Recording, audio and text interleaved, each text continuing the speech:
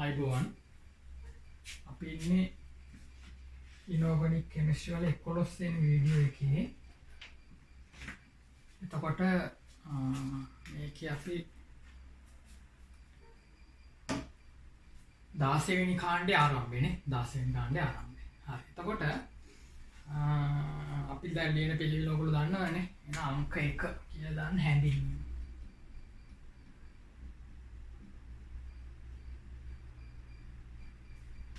अंक एक හැඳින්වීම. හරි. එතකොට 16 වෙනි කාණ්ඩෙත් මූලද්‍රව්‍ය ගත්තාම අපි කතා කරන මූලද්‍රව්‍ය පහෙන් ඔන්න පොඩ්ඩක් විශේෂයි. ඒකට හේතුව මේකේ ළමයි මූලද්‍රව්‍ය දෙකක් ගැන අපි අධ්‍යයනය කරනවා. එහෙම ඒවා හම්බුන්නේ නැහැනේ කලින් නේද? එක මූලද්‍රව්‍යයනේ අධ්‍යයනය කරේ. මේකේ ඔක්සිජන් අධ්‍යයනය කරන්නත් වෙනවා, සල්ෆර් අධ්‍යයනය කරන්නත් වෙනවා. හරි. හරි. එතකොට 16 වෙනි කාණ්ඩයේ වීඩියෝ දෙකකට යන්න වෙනවා. අපි හිතමු දැන් 16 ඉවර කරා. ඊට පස්සේ 17 තියෙන 17ත් ටිකක් වැඩිපුර කතා කරනවා. 18 වෙනි කාණ්ඩය ගැන අපි වැඩි කතා කරන්නේ නැහැ. මොකද ඒක නිෂ්ක්‍රීය වායුවනේ ඉන්නේ. උච්ච වායුව. ඒක නිසා ඒගොල්ලෝ එන්නේ වැඩි අහුවෙන්නේ නැහැ. එහෙනම් ඕගොල්ලන්ට දැන් පිළිගුණ යටතේ 16යි 17යි කාණ්ඩ දෙක තමයි වැඩිපුර තියෙන්නේ. හරි. එහෙනම් අංක එක හැඳින්වීම ඒක අපි ඒ යටතේ ලියාගමු ළමයි. මූලද්‍රව්‍ය ටික මොනවද? මූලද්‍රව්‍ය ගැන අපි කතා කරන්නේ. Oxygen, sulphur, selenium, tellurium, polonium. හරි. එතකොට පහක් ඉන්නවා මේ මූලද්‍රව්‍ය වලින් දෙන්නෙක් අලෝහ, ඔක්සිජන් සහ සල්ෆර් අලෝහ. යට තුන් දෙනා ලෝහ කිව්වට ළමයි ඒගොල්ලන්ගේ අලෝහ ලක්ෂණ පොඩ්ඩක් තියෙනවා. හරිද? හරි. එතකොට මේක මෙහෙම ලියා ගන්න. ලියලා ලෝහ කියලා වරහන් ඇතුලේ මෙන්න මෙහෙම ලියා ගන්න. අලෝහ ලක්ෂණද ඇත කියලා. ඊට පස්සේ පහළට ලෝහමය ගුණය මොකක්ද වෙන්නේ ළමයි? වැඩි වෙනවානේ. ඒක හැම එකේම එහෙමනේ. හැම කාණ්ඩයකම මේක වුණානේ ලෝහමය ගුණය වැඩි වෙනවා. කොටින් කියනවා පළමු දෙවෙනි කාණ්ඩවල ලෝහමය ගුණය පහළට වැඩි වෙනවානේ. හරි. එහෙනම් මේක ලියා ගන්න. මේ දෙක අලෝහ, යට තුන ලෝහ. වරහන් ඇතුළේ ලියනවා මොකද අලෝහමය ලක්ෂණද ඇත කියලා. පහළට ලෝහමය ගුණය වැඩි වෙයි. හරි. මේ පස් දෙනාගෙන් ළමයි වායු එක්කෙනෙක් ඉන්නවා ඔක්සිජන් පමණයි. හරිද? දැන් 15 වෙනි කාණ්ඩේ කට්ටිය කතා කරාම නයිට්‍රජන් පමණයි වායුව. මේ කට්ටිය කතා කරාම ඔක්සිජන් පමණයි වායුව. අනිත් හතරම ඝන අවස්ථාවේ තියෙනවා. හරි. එහෙනම් A කියන එක හරි නේද? හරි. ඊට පස්සේ අපි යම් B කියන එකට. ඒ කතා කරා. දැන් යම් B කියන එකට. B වෙලා අපි කතා කරමු මෙන්න මේගොල්ලන්ගේ අර වායුක් මෙයා වායුව මේ කට්ටිය ඝන කියන එක කතා කරමු. ඊට පස්සේ ළමයි මේගොල්ලන්ගේ ඔක්සිකරණාංක සංයුජතාව ගත්තොත් එහෙම ඔක්සිජන් ගැන නම් ටිකක් මම කතා කරලා තියෙන්නේ. ඒක අපි ආයෙ කතා කරමු. ඔක්සිජන් හැර ඉතුරු 4 දෙනා ඉන්නව නේද? ඒගොල්ලෝ ඍණ 2 ඉඳන් ධන 6 දක්වා ඔක්සිකරණාංකවල ඉරට්ටය යගේ පෙන්වනවා. එහෙනම් මොකද්ද ඍණ 2 බිංදුව ධන 2 ධන 4 ධන 6 අන්නේ ඉරට්ටි ඔක්සිකරණාංක පෙන්වනවා මේ 8 4 දෙනා. ඔක්සිජන් එහෙම පෙන්වන්නේ ධන 6ෙම කවදාවත් එයා පෙන්වන්නේ නැහැ නේ. හරි. ඔක්සිජන් හැර 8 4 දෙනා තමයි මේ විදිහට ඉරට්ටි ඔක්සිකරණාංක දක්වන්නේ. එහෙම වුණත් හරිද? මේ යට කට්ටිය ඉන්නෝනේ. යට කට්ටියගේ ළමයි ධන 4 ඔක්සිකරණාංකේ තමයි ස්ථායි. එතකොට ධන 6 ඍණ 2 කියන ඔක්සිකරණාංකය අස්ථායි. ඒවා පෙන්වනවා නමුත් ඒවා අස්ථායි. ඒ ධන 4 ඔක්සිකරණාංකය ස්ථායි. මෙන්න මේකෙන් බලන්න මේ ඉලෙක්ට්‍රෝන වින්‍යාසයේ මතක දාර නිෂ්ක්‍රීය යොබල ආචරණය නිසා මුලින් පිට කරන්නේ P4නේ. ඒ P4 කියන හින්දා ධන 4 ඔක්සිකරණාංකය ස්ථායි ළමයි. හරිද? හරි. එහෙනම් ඒ කාරණා ටික අපි ලියාගමු. එහෙනම් B යටතේ යන B ට දැන් මාතෘකාවක් නැහැ. ඒට මාතෘකාවකුත් නැහැ. B ටත් නැහැ මාතෘකාවක්. B යටතේ ඔන්නේ වාක්‍ය ටික ලියන්න. හරි. ලියන්න. ඔක්සිජන් පමණක් වායුවක් වන අතර අන්මූල ද්‍රව්‍ය ඝන වේ. ඔක්සිජන් පමණක් වායුවක් වන අතර අනෙක් මූල ද්‍රව්‍ය ඝන වේ. ඊළඟ එක ඔක්සිජන් හැර අනෙක් මූලද්‍රව්‍ය වලට ඔක්සිජන් හැර අනෙක් මූලද්‍රව්‍ය වලට ඍණ 2 සිට ධන 6 දක්වා ඍණ 2 සිට ධන 6 දක්වා ඔක්සිකරණාංකවල ඉරට්ටේ යගයන් පෙන්වයි. ඍණ 2 සිට ධන 6 දක්වා ඔක්සිකරණාංකවල ඉරට්ටේ යගයන් පෙන්වයි. ඊට පස්සේ ලියන්න කාණ්ඩයේ පහළ මූලද්‍රව්‍යවල ධන 4 ඔක්සිකරණ අවස්ථාව කාණ්ඩයේ පහළ මූලද්‍රව්‍යවල මේ වගේ කට්ටිය ධන 4 ඔක්සිකරණ අවස්ථාව වඩා ස්ථායී වන අතර ධන 4 ඔක්සිකරණ අවස්ථාව වඩා ස්ථායී වන අතර ධන 6 සහ ඍණ 2 අවස්ථා අස්ථායී ධන 6 සහ ඍණ 2 අවස්ථා අස්ථායී. හරි. එහෙනම් අපි යම් C වලට. ඒකට මාතෘකාවක් තියෙනවා.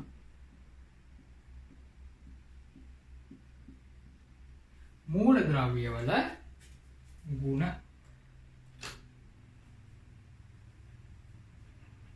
හරිද? එතකොට මූලද්‍රව්‍ය වල මතකයි මේ ටේබල් එක සිද්ධ වෙනවා ඔයගලන්ට හැම එකටම අඳින්න. හරිද? හරි. එතකොට අඳින්නකෝ ටේබල් එක.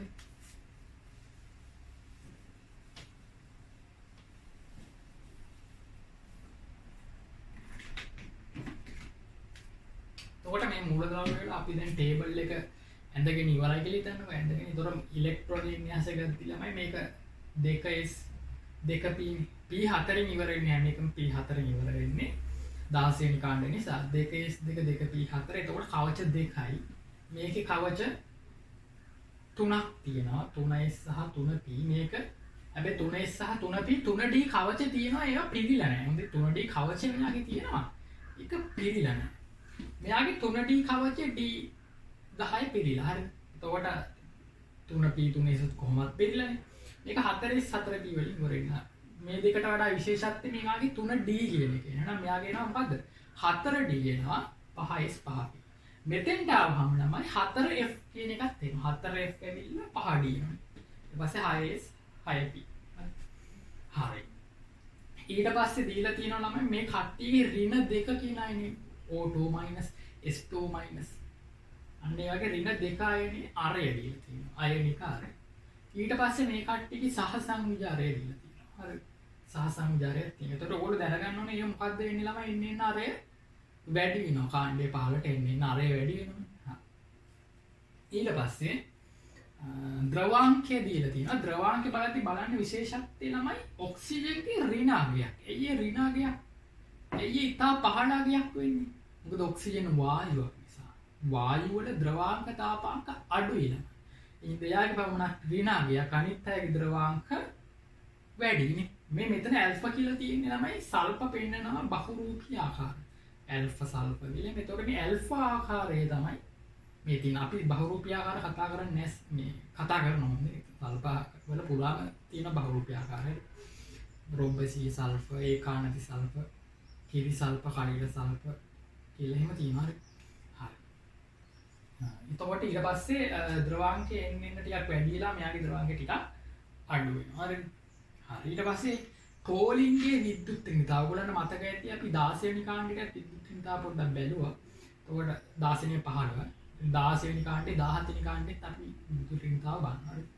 මේ බලන්න ඔක්සිජන් දැන් බලන්න ඔක්සිජන් සාමාන්‍ය 3.5 කියලා ගන්න. ඉතින් මෙතන 3.4 දීලා තියෙනවා. හරි. ඊළඟට මේ අන්තිම දෙක විශේෂයි. කලින් අහුන්නේ නැහැ. මෙතන තියෙන ඉලෙක්ට්‍රෝන ගේයින් එක. ඉලෙක්ට්‍රෝන ගේයින් කියන්නේ මොකක්ද? ඉලෙක්ට්‍රෝන බන්ධුතාවද? නැහැ. ඉලෙක්ට්‍රෝන කරණය. නැත්තම් පළමු ඉලෙක්ට්‍රෝනය ලබා ගැනීම. පළමු ඉලෙක්ට්‍රෝනය ලබා ගැනීම එක මේ මොකද්ද? දෙවනි ඉලෙක්ට්‍රෝනය ලබා ගැනීම එක. එතකොට හැම එකේම දෙවනි ඉලෙක්ට්‍රෝනය ලබා ගැනීම ධනාගයක්. එයි ළම ඍණ අයනයකට දෙවනි ඉලෙක්ට්‍රෝනය දෙන්නේ. එතකොට විකර්ෂණ බල නිසා මේක ධනාගයක් වෙනවා. මේවා ඉතින් හොයලා නැහැ. තිබුණොත් ඒවා ධනාගයක්. පැහැදිලිද? නමුත් පළමු ඉලෙක්ට්‍රෝනය ලබා ගැනීම අපි ඉතා විශේෂයෙන් කතා කරා. ටිකක් බර දීලා කතා කරා. කට්ටියගේ ධන වෙනවා. මතකනේ 15 වෙනි කාණ්ඩයේ නයිට්‍රජන් වල බිස්මත් වල ධන වුණා. දෙවනි කාණ්ඩයේ කට්ටියගේ ධන වුණා. අනිත් කට්ටියගේ ඍණ. එතකොට අනිත් කට්ටියගේ ඍණ කියනකොට ඔයා දැනගන්න ඕනි 16 වෙනි කාණ්ඩෙත් සියල්ලගම ඉලෙක්ට්‍රෝන ගේන් එක මොකක් වෙනවද? ඍණාගයක්. 16 වෙනි කාණ්ඩේ සියල්ලගම ඉලෙක්ට්‍රෝන ගේන් එක ඍණාගයක්. ඊට පස්සේ අපි කතා කරා ඉලෙක්ට්‍රෝන ගේන් එක නැත්නම් ඉලෙක්ට්‍රෝන කරන්නේ ලක්ෂණ. මොකටද? පහළට ඍණාගය අඩුයි. පහළට ඉලෙක්ට්‍රෝන ගේන් එකේ ඍණාගය අඩුයි. බලන්න අඩුයි. මෙතන විචලනයක් තියෙනවා. බලන්න අඩු වෙනව නේද? මේකට වඩා මේක අඩුයි. අඩුයි මේකට වඩා මේක අඩුයි. ඒ කියන්නේ ඉලෙක්ට්‍රෝන ගේන් එකේ ඍණාගය පහළට මොකද වෙන්නේ? අඩු වෙනවා. හැබැයි මෙතන අපගමනයක්. ඒ අපගමනේ කතා කරා මතකයි නේද? ඔක්සිජන් සහ සල්ෆර් ගත්තාම ඔක්සිජන් වල කුඩා පරමාණු කාර්යය නිසා ඉලෙක්ට්‍රෝන ගේන් එක මොකද වෙන්නේ? ටිකක් අඩුයි. කියන්නේ පිට කරන ශක්තිය අඩුයි. සල්ෆර් වල මෙයාට වඩා මෙයාගේ අරය ටිකක් වැඩි නිසා ඉලෙක්ට්‍රෝන ගේන් එක ඍණාගය වැඩි. ඒ කියන්නේ පිට කරන ශක්තිය වැඩි. ඔය අපගමනේ 17 වෙනි කාණ්ඩේ ෆ්ලෝරින් සහ ක්ලෝරින් අතරක් තියෙනවා. ෆ්ලෝරින් සහ ක්ලෝරින් අතරක් තියෙනවා. මොකද ෆ්ලෝරින් වල ඉලෙක්ට්‍රෝන ගේන් එක ඍණ කුඩා ගියා. ක්ලෝරින් වල ඉලෙක්ට්‍රෝන ගේන් එක ඍණ විශාල ගියා. එතන ඉහා ආය අඩුයි වෙනවානේ. හරි ඒවා එන මතකයි නේද? ඕක වෙන්නලා තියෙන්නේ. හරි. එහෙනම් ළමයි වගු ඇඳගත්තා. හරි. එතකොට අපි ABC කතා කරා. දැන් D කියලා එකක් එනවා ළමයි කලින් කාණ්ඩවල කතා නොකරපු එක්කෙනෙක් ගැන මෙතන කතා කරන්න. ඒ කියන්නේ අපි මූලද්‍රව්‍ය මේ කට්ටියගේ හයිඩ්‍රයිඩ් ගැන පොදුවේ කතා කරනවා. පැහැදිලිද? එතකොට ඒවෙන් හොඳ ප්‍රශ්න අහන්න පුළුවන්. ස්ට්‍රක්චර් එකට MCQ වලට නියම ප්‍රශ්න අහන්න පුළුවන්. හරිද? එහෙනම් අපි D යටතේ මේ එක කියන්නේ ළමයි හැඳින්වීමනේ. හැඳින්වීමේදී අපි කරන්නේ මූලද්‍රව්‍ය ටික පොදුවේ කතා කරනවා. එතකොට 16 වෙනි කාණ්ඩේ හයිඩ්‍රයිඩ් කියන එක පොදුවේ කතා කරන්න යන්නේ. පැහැදිලිද? හරි. එහෙනම් ලියාගන්න ළමයි D මාතෘකාවක් තියෙනවා. D ට මොකද්ද? 16 කාණ්ඩේ හයිඩ්‍රයිඩ්. එතකොට හයිඩ්‍රයිඩ් ගත්තේ නැත්නම් පොලොනියම් වල ගන්නෙ නෑ. ඉක්‍රිනස් ටීලී ගුණය පොත් තියෙන නිසා මේ කට්ටිය ගත්තාම මොකද්ද අපි ගන්නෙ? H2O, H2S, H2, Sc, H2T. හරිද? හරි. එතකොට මේ හතර දෙනා ගත්තාම හොඳට බලන්න මොනවාද දීලා තියෙන්නේ කට්ටියගේ ද්‍රවාංක, තාපාංක, බන්ධන දිග, බන්ධන කෝණය. හරිද? එතකොට අගයන් ටිකක් තියෙනවා ළමයි. මේ අගයන් ටික අගයන් මතක නැති වෙන්න පුළුවන් ඔයාලට. හැබැයි විචලනය දැනගන්න ඕනේ මේ හතරෙම. පැහැදිලිද? මේ හතරම විචලනය දැනගන්න ඕනේ. ස්ට්‍රක්චර් එකේ පළවෙනි ප්‍රශ්නේ පළමු කොටසට අහන ප්‍රශ්න මේ. හරිද? හරි. චරදෙන්නේ අඹ. හරි. එතකොට අපි ද්‍රවාංක තාපාංක එකපාර ගමු. ද්‍රවාංක තාපාංක දෙක විචලන එකම ආකාරය බලන්න. ද්‍රවාංකෙ මුලින් ගන්න හොඳට ඔලුවට දාන්න. ද්‍රවාංකෙ බිඳුවයි කියන්නේ ඉහළ අගයක්. මේගොල්ලන්ගේ මොනවද වෙලා තියෙන්නේ? ඍණ අගයක්. බලන්න ද්‍රවාංකෙ මෙතන ඉඳන් මෙතෙන්ට යද්දී විශාල ද්‍රවාංකයේ අඩුවීමක් තියෙනවා. මෙතෙන්ට ඉඳන් මෙතෙන්ට යද්දී ද්‍රවාංකෙ විශාල ලෙස අඩු වෙලා. ඊට පස්සේ මෙතෙන් ඉඳන් මෙතෙන්ට යද්දී වැඩි වෙලා. මේ ඍණ 85ට වඩා ඍණ 65 වැඩි නේද? මෙතන ඉඳන් මෙතෙන්ට යද්දී වැඩි වෙලා. ඍණ 65 ඍණ වඩා ඍණ 51 වැඩිනේ. මෙතන ඉඳන් මෙතෙන්ට ද්‍රවාංකය වැඩි වෙලා. ඒ විචලනය මෙන්න මේ ආකාරයට ප්‍රස්ථාරගත කරන්න පුළුවන් වෙන ඕනි ඔයාලට. හරිද? H2O, H2S, H2SC, H2TE කියලා මෙහි මොකද්ද? ද්‍රවාංකය කියලා ලකුණු කරොත් ළමයි. හරිද? ඔන්න බලන්න. මෙතන ඉන්නවා. මෙයා මෙතන ඉන්නවා. ඊට පස්සේ මෙයා මෙතන ඉන්නවා. මෙයා මෙතන. දැනගන්න මේ අගයටත් වඩා මේ අගේ විශාලයි. මේ ඍණ 51ටත් වඩා මේක විශාලයි. ඒ කියන්නේ මේ තුන් දෙනාටම වඩා H2O වල ලොකු විශාල අගයක් ගන්නවා. මේ තුනටම වඩා මේක විශාලයි. ඒකට මෙන්න මේ විචලනය පැහැදිලි කරන්න පුළුවන් වෙනවා. ළමයි අපි ද්‍රවාංක තාපාංක පැහැදිලි කරන්නේ මොන සංසිද්ධියෙන්ද? ද්විතීකාන්තර ක්‍රියාවලින්. තේරුණාද? ද්විතීකාන්තර ක්‍රියාවලින් තමයි ද්‍රවාංක තාපාංක පැහැදිලි කරන්නේ. ඇයි? හිතන්නකෝ H2O බඳුනක ඉන්නවා කියලා. H2O. ද්‍රවාංක කියන්නේ මොකක්ද? ඝනයක් ද්‍රව වෙන එක. තාපාංක කියන්නේ ද්‍රවයක් වාෂ්ප වෙන එක. අපි හිතමුකෝ දැන් තාපාංකික කියලා හිතන්නකෝ. දැන් තාපාංකික ගැන කතා කරද්දී මෙතන ළමයි H2O අණු මොන විදිහටද බැඳිලා ඉන්නේ?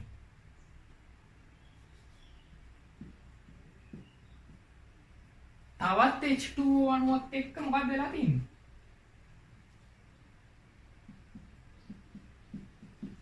හයිඩ්‍රජන් බන්ධන හදාගෙන තියෙනවා. තේරුණාද? H2O අණු hydrogen බන්ධන. එතකොට මෙයා මේ පැත්තෙම හයිඩ්‍රජන් බන්ධනයක් හදාගෙන තව ජල අණුවක් එක්ක. විදියට හරි. එතකොට මේවා ද්විතීකාන්තර කියලා. මේ බඳුන රත් කරනකොට බඳුනට තාපය දෙනකොට ඒ තාපය අරගෙන මෙන්න මේ ද්විතීකාන්තර ක්‍රියා බිඳ ගන්නවා. එතකොට ඒ අණු බන්ධන බිඳගෙන වායු කලාපයට යනවා. තේරුණාද? එතකොට ඒකට අපි කියනවා ද්‍රවාංගි කියලා. ඒ උෂ්ණත්වයේදී ද්‍රවාංග. හරි. ජලය නටන්න පටන් ගන්න උෂ්ණත්වය. එතකොට මෙන්න මේ බන්ධන කැඩුනවද? නෑ, ඒක ප්‍රාථමික අන්තර ක්‍රියානේ ළමයි.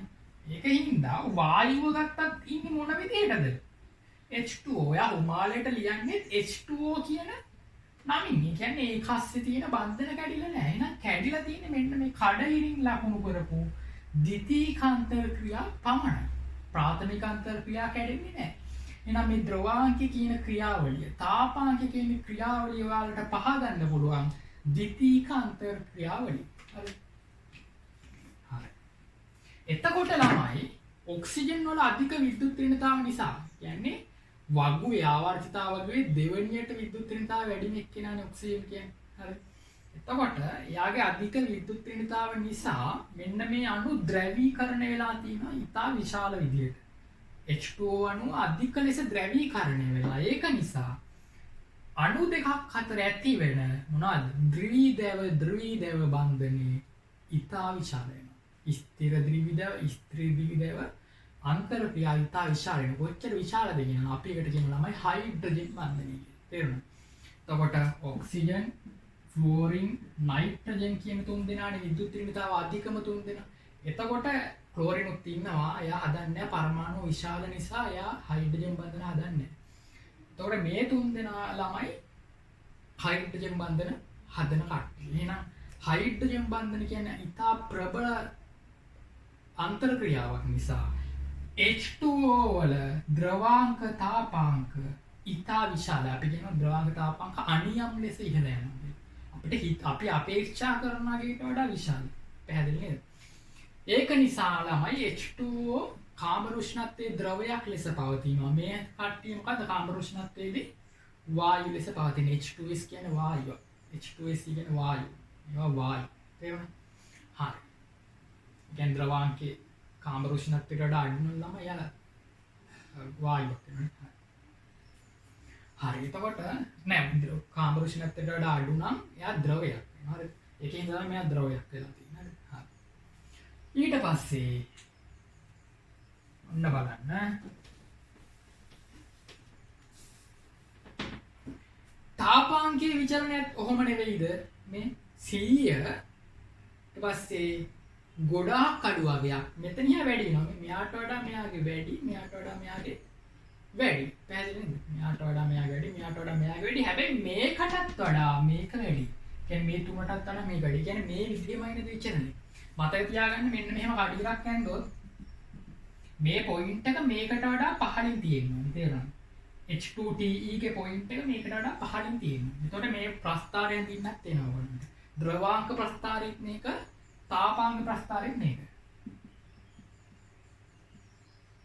තේරුණාද? තාපාංක ප්‍රස්ථාරෙත් මේක. ඇයි මෙහෙම වෙන්නේ? ජලයේ නම් ප්‍රබල හයිඩ්‍රජන් බන්ධන තිබෙන නිසා, එම බන්ධන බිඳීමට දිය යුතු ශක්තිය අධික නිසා ද්‍රවාංක සහ තාපාංක අනියම් ලෙස ඉහළා ගියක් ගන්න. හරි. දැන් මේ තුන් දෙනා පහදන. මේ තුන් දෙනාම ද්‍රවීය සංයෝගන. එහෙනම් ඒගොල්ලන්ගේ තියෙන මොනවාද බන්ධන ද්විතීකාන්තර ක්‍රියා? ස්ථිර ද්විදේව, ස්ථිර ද්විදේව. පැහැදිලිද? හැබැයි හයිඩ්‍රජන් බන්ධන නෙවෙයි. ස්ථිර ද්විදේවයේ ප්‍රබලම වර්ගනේ හයිඩ්‍රජන් කියන්නේ.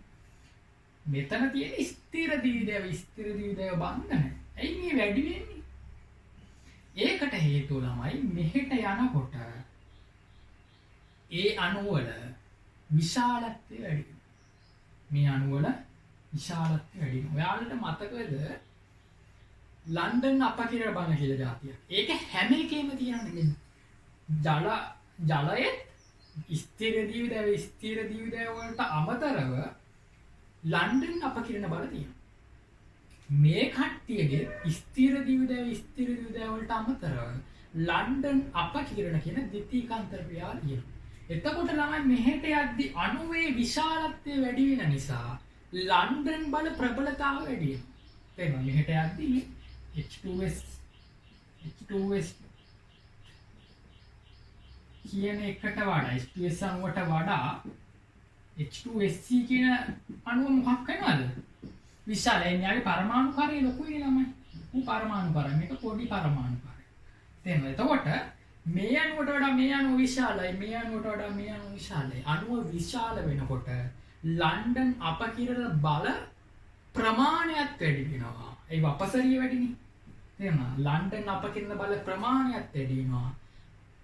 ලන්ඩන් අපකිරණ බලයක විශාලත්වයත් වැඩි වෙනවා. ඔය කාරණා දෙක නිසා ළමයි. මෙන්න මේගොල්ලන්ගේ ද්‍රවාංක තාපාංක මොකක්ද වෙන්නේ? එන්න වැඩි වෙනවා. තේරුණාද? මේගොල්ලන්ට වඩා මේගොල්ලන්ගේ ද්විතීකාන්තර ක්‍රියාපටිපත්‍ය වැඩි නේ. ලන්ඩන් අපකිරණ බල ප්‍රමාණය වැඩි වුණානේ. ඒක බින්දින් දෙන්න ඕනේ ශක්තිය වැඩි වුණානේ. ඒක නිසා ද්‍රවාංක තාපාංක ඉහළට යනවා. මෙයාට වඩා මෙයාගේ වැඩි. එයි එයාට වඩා ඒ අණුව විශාලයි. විශාල නිසා ලන්ඩන් අපකිරණ බල ප්‍රමාණයයි ලන්ඩන් අපකිරණ බලවල ප්‍රබලත්වය වැඩි වුණා. ඒක නිසා ද්විතීකාන්තර ක්‍රියාපවලත්වය වැඩි වුණා. ඒක නිසා එම බන්ධන බිඳින්න දෙන්න ඕනේ ශක්තිය වැඩි වුණා. ඒක නිසා එම බන්ධන බිඳෙන්නේ ඉහළ උෂ්ණත්වයකදී. ඒ කියන්නේ මෙයාට වඩා මෙයාගේ ද්‍රවාංක තාපාංක වැඩි. මෙයාට වඩා මෙයාගේ ද්‍රවාංක තාපාංක වැඩි. මෙයාගේ ඒ ඔක්කොටම වඩා වැඩි. මොකද ප්‍රබල හයිඩ්‍රජන් බන්ධන නිසා. පැහැදිලි නේද? හරි. එහෙනම් ද්‍රවාංක තාපාංක කතා කරා නේද? ඊළඟට කතා කරමු ළමයි බන්ධන දිග. බන්ධන දිග කියන්නේ O සහ H අතර බන්ධනය. O සහ H අතර බන්ධනය. S සහ H අතර බන්ධනය. සෙලීනියම් සහ H අතර බන්ධනය. ටෙර්ලියම් සහ H අතර බන්ධනය. ඔයගොල්ලෝ දන්නවා කාණ්ඩයේ පහළට යනකොට පරමාණු කාර්යය වැඩි වෙනවා. මධ්‍ය පරමාණුවේ පරමාණු කාර්යය වැඩි වෙනවානේ. එතකොට ළමයි මෙහෙට යද්දි මොකද්ද වෙන්නේ? බන්ධන දිග වැඩි වෙනවා. මේ මෙයාට වඩා මෙයාගේ බන්ධන දිග වැඩියි. සල්ප පරමාණු යාරේ වැඩි නිසා සෙලීනියම් පරමාණු යාරේ මෙයාට වඩා වැඩි නිසා බන්ධන දිග වැඩි වෙනවා. එහෙනම් මේක හරි ලේසි නේද? මතක තියාගන්න. පහළට යද්දි බන්ධන දිග වැඩි වෙනවා. එහෙනම් බන්ධන දිග වැඩි වෙන පිළිවෙල කොහොමද ළමයි? H2O ට වඩා H2S වැඩි, ඊට වඩා H2SC වැඩි, ඊට වඩා HOTE වැඩි. H2TE වැඩි. හරි. ඊළඟට ළමයි බන්ධන කෝණය. මම කියලා දුන්න බන්ධන කෝණය වෙන එක කතා කරමු. හරිද? හරි. බන්ධන කෝණය හරිම වැදගත්. මොකද ගොඩාක් ළමයි දන්නේ නැහැ සංසන්දනය කරන්න. ඒක නිසා මම මේගොල්ලෝ අඳිනවා.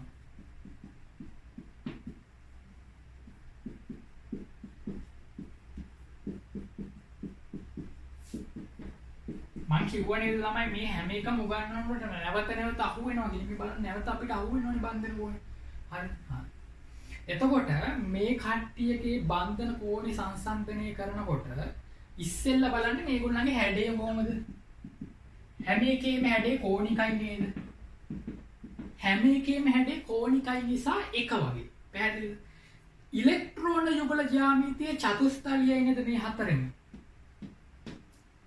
ඉලෙක්ට්‍රෝන යුගල ජ්‍යාමිතිය හරි චතුස්තලීය. ඉලෙක්ට්‍රෝන යුගල ජ්‍යාමිතිය චතුස්තලීය. එතකොට කෝණීය අංශක 109.5න් තමයි බලන්නේ. ඊට පස්සේ හරිද චතුස්තලීය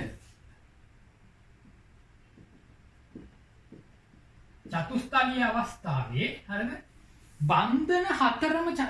බන්ධන හතරක් වෙන්න පුළුවන්. ඒ කියන්නේ ඉලෙක්ට්‍රෝන යුගල හතර බන්ධන හතරක් වෙන්න පුළුවන්. බන්ධන හතරයි. අනිත් එක මොකද්ද? බන්ධන 3යි එක සර 1යි. අනිත් එක බන්ධන 2යි එක සර 2යි වෙන්න පුළුවන්. එහෙනම් චතුස්තලීය ආකාර ළමයි තුනක් තියෙනවා. ඉලෙක්ට්‍රෝන යුගල චතුස්තලීය. හොඳ ඉලෙක්ට්‍රෝන යුගල චතුස්තලීය වන ආකාර හතරක් තියෙනවා. හතරම බන්ධන වෙන්න පුළුවන්. තුනක් බන්ධන වෙලා එකක් එකසර වෙන්න පුළුවන්. දෙකක් බන්ධන වෙලා එකසර දෙකක් වෙන්න පුළුවන්. එතකොට ළමයි බන්ධන කෝණයට හේතු වෙන්නේ ඉලෙක්ට්‍රෝන යුගල සහ මේවා අතර විකර්ෂණය. එතකොට එකසර විකර්ෂණය ප්‍රබලයි. බන්ධන විකර්ෂණයට වඩා එකසර විකර්ෂණය ප්‍රබලයි. එහෙනම් බන්ධන හතරම තිබුණා එකසර නැහැ නේ ළමයි. බන්ධන හතරම තියෙද්දි එකසර නැහැ. ඒ කියන්නේ CH4 වගේ එක කෝණේ හරියටම කීයද? CH4 වගේ එක හරියටම 109.5 නැත්නම් 109 කලා දෙකයි. කලා 28 109 කලා 28 හරි. හරි. එතකොට බන්ධන හතරම වුණොත් සහ බන්ධන හතර සර්ව සම වුණොත් හරි 109.5 කියලා දානවා. දැන් බන්ධන තුනයි එකක් එකසර වුණොත් ඇමෝනියා මෙතන එකක් එකසර වෙලානේ ළමයි. එහෙම වුණොත් එකසර විකර්ෂණය වැඩි නිසා එකසර බන්ධන විකර්ෂණය වැඩි නිසා කෝණය අඩු වෙනවා. මම ඔයගලන්ට කිව්වේ කෝණය කීයක් දාන්නද? මෙයාගෙන් දෙකක් අඩු කරන්න. දෙකක් අඩු කරාම කීයද ළමයි? 107.5. එන ඇමෝනියා වල කෝණය 107.5 වගේ. ඊට පස්සේ බන්ධන දෙකයි එකසර දෙකයි වුණොත් එකසර යුගල දෙකකින් විකර්ෂණය කරනවානේ. මෙතන එකසර යුගල දෙකකින් මෙතනත් විකර්ෂණය කරනවා. මෙහෙටත් විකර්ෂණය කරනවා. එතකොට බන්ධන කෝණය තවත් අඩු වෙනවා. මේ බන්ධන කෝණය තවත් අඩු වෙනවා. මම මොකද්ද ඔයගලන්ට කිව්වේ H2O වගේ එකකට. මේකෙන් තව දෙකක් අඩු කරන්න. එතකොට කීයද? 105.5ක් වගේ එන්නේ. හැබැයි ජලය න 104.5යි. හරිද? ඒක පොඩ්ඩයි ඒ දුන්නට මේක ලිව්වට වැරද්දක් දෙන්නේ නැහැ. හරිද? ඒ කියන්නේ සාමාන්‍යයෙන් එකසර දෙකක් ආවම මොකද්ද කරන්නේ? තව දෙකක් අඩු කරන්නේ. එතකොට මේගොල්ලෝ එහෙම ආකාරයේදී වෙයිද? එහෙනම් මේගොල්ලෝ 109.5ට වඩා අඩු වගේක් වෙන්න ඕනේ මේ හතර දෙනා. හරි. හරි. ඊට පස්සේ දැන් සංසන්දනය කරනකොට මේ හතරම එක ආකාරයේ මොකද්ද? බන්ධන දෙකයි එකසර දෙකයි ආකාරය. තේරුණාද? එතකොට මේ හතර දෙනාගේ කෝණය කීයද? 104.5යි. මේක 90ට කිට්ටුයි, මේකත් 90ට කිට්ටුයි, මේකත් 90ට කිට්ටුයි. හැබැයි අඩු වෙලා. එන්නේ බන්ධන කෝණය අඩු වෙලා. ඇයි ඒ ළමයි? ඔන්නෝමයි බලන්නේ. ඔන්න වැදගත්ම කාරණේ. මෙන්න වැදගත්ම කාරණේ. ඉස්සෙල්ලා බලන්න සංසන්දනය කරන්න තියෙන අණු එක ජ්‍යාමිතියද තියෙන්නේ. ඕ නේද? එකම ජ්‍යාමිතියනේ තියෙන්නේ. හරි. එහෙම වුණාට පස්සේ මේගොල්ලෝ කොහොමද අපි සංසන්දනය කරන්නේ? බලන්න පර්යන්ත පරමාණු කියන්නේ මධ්‍ය පරමාණුව වටා ඉන්නයි. වටේ ඉන්නයි. පර්යන්ත පරමාණු එකමයි නේද? මේ හයිඩ්‍රජන්. එහෙනම් පර්යන්ත පරමාණු එකමයි. ඒකක වාසි. වෙනස් වෙන්නේ කවුද? මධ්‍ය පරමාණු. මේ මධ්‍ය පරමාණු වෙනස් වෙනවා. ළමයි කාණ්ඩේ පහළට යනකොට විද්‍යුත් ඍණතාව මොකද්ද වෙන්නේ? අඩු වෙනවා. එහෙනම් මෙයාගේ විද්‍යුත් ඍණතාවට වඩා මෙයාගේ විද්‍යුත් ඍණතාව අඩුයි. මෙයාගේ විද්‍යුත් ඍණතාවට වඩා මෙයාගේ විද්‍යුත් ඍණතාව අඩුයි. ඊටත් වඩා මෙයාගේ විද්‍යුත් ඍණතාව අඩුයි. හරිද? එතකොට මෙන්න මේ බන්ධනය ද්‍රවීය බන්ධනයක් නේද? ඒ බන්ධනේ ද්‍රවීයයි සහ සංයුජයි. නමුත් ද්‍රවීයයි. මේ දෙන්නකින් විද්‍යුත් ඍණතාව වැඩි කාගේද ළමයි? ඔක්සිජන්ගේ වැඩි. මෙයා 3.4යි. මෙයා 2.1යි. ඔක්සිජන්ගේ වැඩි නිසා එයා ඉලෙක්ට්‍රෝන යුගල තමන්ගේ පැත්තට ඇද ගන්නවා. එහෙනම් ඉලෙක්ට්‍රෝන යුගල තියෙන්නේ මේ හරිය. මම මේ ඩොට් දෙකක් දාන්නේ ඕට නගින් දාන්නේ. අයියේ ඉලෙක්ට්‍රෝන යුගල හයිඩ්‍රජන්ට වඩා කාටද ලං වෙලා තියෙන්නේ? ඔක්සිජන්ටයි ලං වෙලා තියෙන්නේ. පැහැදිලිද? මෙයාගේ 2.6යි. 1.1. ඔක්සිජන්ට වඩා සල්පගේ විද්‍යුත් ඍණතාව අඩුයි නේද? ඒ කියන්නේ මේ බන්ධනේ ගොඩාක් සල්ප ළඟට යන්නේ නැහැ. තේරුණා? විද්‍යුත් ඍණතාව අඩුයිනේ. විද්‍යුත් ඍණතාව කියන්නේ මොකද්ද? බන්ධන ඉලෙක්ට්‍රෝන රසායනික බන්ධනයක බන්ධන ඉලෙක්ට්‍රෝන යුගල තමා දෙසට ඇද ගැනීමේ හැකියාව. මේ විද්‍යුත් ඍණතාව වැඩි, හැකියාව වැඩි. මේ තමන්ගේ ළඟම ඉලෙක්ට්‍රෝන යුගල ඉන්නේ. මෙයාගේ නිකන් මැද වගේ. තේරුණාද? මේ ඩොට් දාන්න කියලා දෙන්න හරියට උට තේරෙනවා නේද? සල්ප ළඟම නෙමෙයි ඉන්නේ, ටිකකුත් හයිඩ්‍රජන්ට ලං වෙලා. අනේ මෙයාගේ සෙලීනියම් කියනකොට තව විද්‍යුත් ඍණතාව අඩුයි. කීයද මෙයාගේ? එයාගේ 2.6 කියලා දීලා තියෙන්නේ. ඒ වුණාට ඊට වඩා ටිකක් අඩුයි ළමයි. අපි හිතමු 2.5යි කියලා. මේකේ 2.1යි කියලා. හරි. එතකොට විද්‍යුත් ඍණතාව තවත් අඩුයි. එහෙනම් මේ ඉලෙක්ට්‍රෝන වල දැන් කාටද ලං වෙලා තියෙන්නේ? හයිඩ්‍රජන් පැත්තට ලං වෙලා. මෙතෙන්ට එද්දි අනේ ටෙරලියම් ගින් ගොඩක් ඈත් වෙලා හයිඩ්‍රජන් ළඟට එලා ඉන්නේ. පැහැදිලිද? හරි. දැන් මට කියන්න මේ කට්ටියගේ ඉලෙක්ට්‍රෝන යුගල මේ ඉලෙක්ට්‍රෝන යුගලයි මේ ඉලෙක්ට්‍රෝන යුගලයි ළඟින්ම ඉන්නේ කොතනද? මේ කට්ටිය. මෙතන නේද? මෙතන ඈත් වෙලා ඉන්නේ ඉලෙක්ට්‍රෝන යුගල නේ දුර වැඩි. මෙතන ඉලෙක්ට්‍රෝන යුගල ළඟ වැඩි. ඉලෙක්ට්‍රෝන යුගල මොකද්ද ළමයි කරන්නේ? එකිනෙක විකර්ෂණය කරනවා. ඉලෙක්ට්‍රෝන යුගල ලං වුණාම එකිනෙක විකර්ෂණය කරනවා. එහෙනම් ළමයි මෙතන විකර්ෂණය වැඩි නේද? එතන විකර්ෂණය වැඩි. ඉලෙක්ට්‍රෝන යුගල ලං වෙලා නිසා විකර්ෂණය වැඩි නිසා මෙතන බන්ධන කෝණය මොකක් වෙනවද? වැඩි වෙනවා ළමයි. මෙතන 104.5ක් වෙනවා. තේරුණාද? ඒක ලොකු වගයක්. මෙතන ඉලෙක්ට්‍රෝන යුගල ටිකක් ඈත් වෙලා ඉන්න හින්දා විකර්ෂණය ටිකක් අඩුයි. විකර්ෂණය ටිකක් අඩුයි. ඒක නිසා මේ දෙන්න ගොඩක් ඈත් වෙන්නේ නැහැ. මෙයාට වඩා අඩුයි බන්ධන කෝණය. තේරුණාද? මෙතන ඊටත් වඩා බන්ධන කෝණය අඩුයි. දැන් තේරෙනවා නේද කතන්දරේ? ඔන්නමයි බන්ධන කෝණය සංසන්දනය කරන්නේ. තව කට්ටියක් ඕගලන්ට දුන්නාම මේ විදිහට ඉලෙක්ට්‍රෝන දාගෙන යනවා. ඒක අනුව හිතන්නේ ලං වෙලා නම් බන්ධන කෝණය වැඩි. පැහැදිලි නේද? ඔන්නමයි වගේ මේ. හරිද? හරි. ළමයි මේ කට්ටියගේ විශේෂත්වයක් තියෙනවා මේ තුන් දෙනා 90ට ආසන්නයි නේ බන්ධන කෝණය 90ට ආසන්නයි අරගෙන එහෙම නැහැ. හරිද? ඒකට හේතුවක් තියෙනවා. ඒ හේතුව මේ ඒ වලට නැහැ. තේරුණා? ඕනනම් කියලා දෙන්න පුළුවන්. එහෙනම් මේක පරමාණු කාර්යය වැඩි වෙලා ඩීකාක්ෂකයෙන් ඉන්න තමයි ඒ කාරණය වෙන්නේ. හරිද? නිකම්මට ලියා ගන්න වගුව ඇඳලා. බන්ධන කෝණ 90ට ආසන්න මේ කියලා ලියන්න. හරි ලස්සන කතන්දරයක් ඔගේ පිටිපස්සේ තියෙන උනාට ඉතින් උගන්නන්නේ නැහැ නේ. ඉඳ වැඩක් නෑ. මේක ඇඳ ගන්න. D16 මේ ගන්නේ අයිටරේ. ඕක ඇඳගෙන D යටතේ අපි අර දෙක කතා කරමු ළමයි. D යටතේ අර රෝමි ලක්ෂණ 1 රෝමි ලක්ෂණ 2 කියලා දෙකක් වෙනවා. අර ද්‍රව දැන් මම ඔය ටික කිව්ව ටික පොඩ්ඩක් ලියාගත්තොත් හොඳයි. හරිද? එහෙනම් මේ වග්ගුව ඇඳලා තාමත් ඉන්නේ D යටතේ. D වල රෝමි ලක්ෂණ 1 ලියා ගන්න. ද්‍රවාංක තාපාංක. මාතෘකාව මොකද්ද? ද්‍රවාංක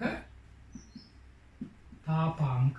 එහෙනම් ඒක යටතේ D එක යටතේ ද්‍රවාංක තාපාංක යටතේ ලියා ගන්න. H බන්ධන නිසා H2O හි ද්‍රවාංක තාපාංක අසාමාන්‍ය ලෙස ඉහළ. H බන්ධන නිසා H2O හි ද්‍රවාංක තාපාංක අසාමාන්‍ය ලෙස ඉහළ. H2S සිට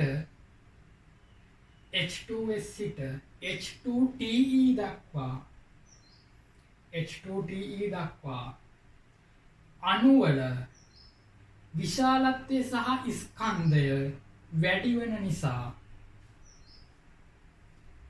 H2TE දක්වා අණුවල විශාලත්වය සහ ස්කන්ධය වැඩි වෙන නිසා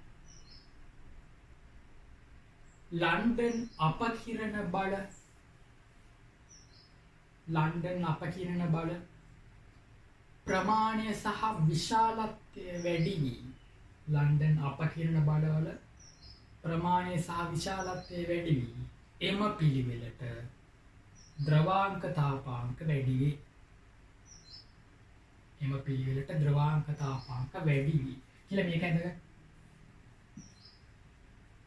ද්‍රවාංක තාපාංක වර්ධ සෙල්සියස්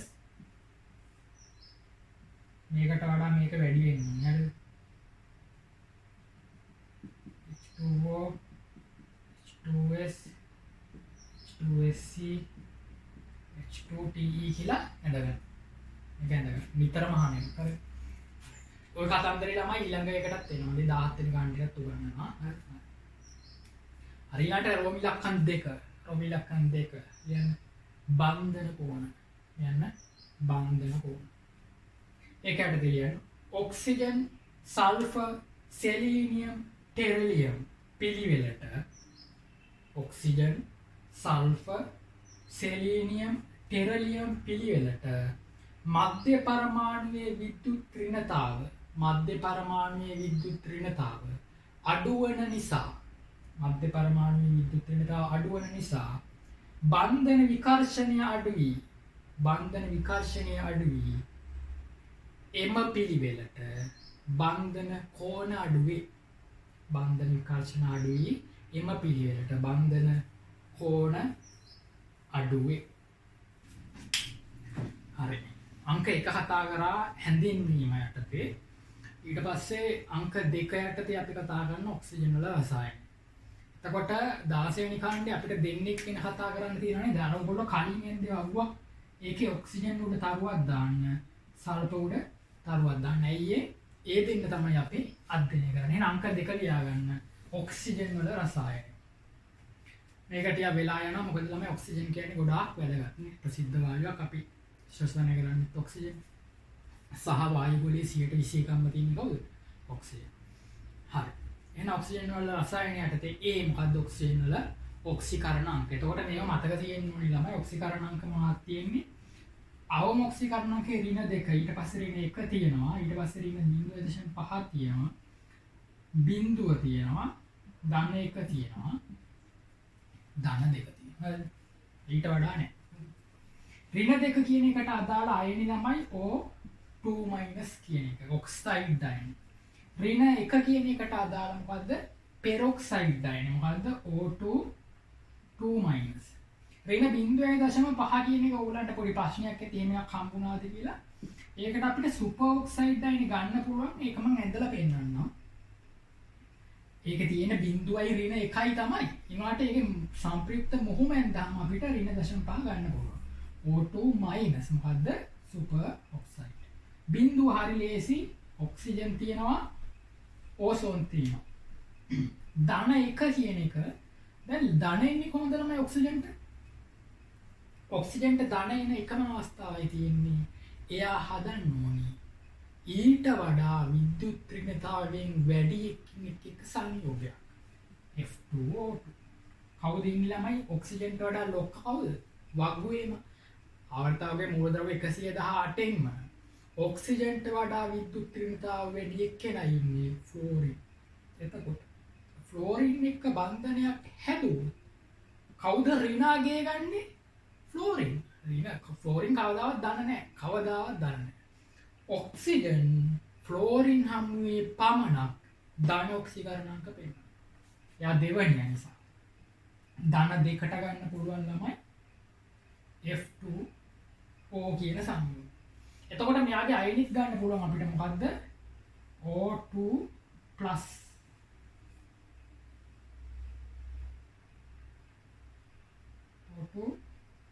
O2+ කියන අයනේ. මෙයාගේ ගන්න පුළුවන් O වල 2+ කියන අය. තේරෙනවද? O වල 2+ අයනය. මේක O2 වල 2+ අයනය. මේක මෙන්න මේ වගේ අයගේ සම්ප්‍රයුක්ත වීම එහෙම අඳින්න දැනගන්න. ලුයිස් වී. හරි. ඊට පස්සේ දැන් මේ පාඩම් කරන්න ඕනේ මම මේ දැන් ලියුව විදිහට ඔලුවට දාගන්න. ඊට පස්සේ මේගොල්ලන්ගේ සංයෝග දාන්න පුළුවන්. ඔක්සයිඩ් වලට දාන්න පුළුවන්. Sodium oxide, magnesium oxide, ferrous oxide ඕන එකක් දාන්න. Ferric oxide. පෙරොක්සයිඩ් වලට කවුද ඉන්නේ ළමයි? Hydrogen peroxide. තව පෙරොක්සයිඩ් ටිකක් ඉන්නවා පළමු කාණ්ඩේ. කවුද?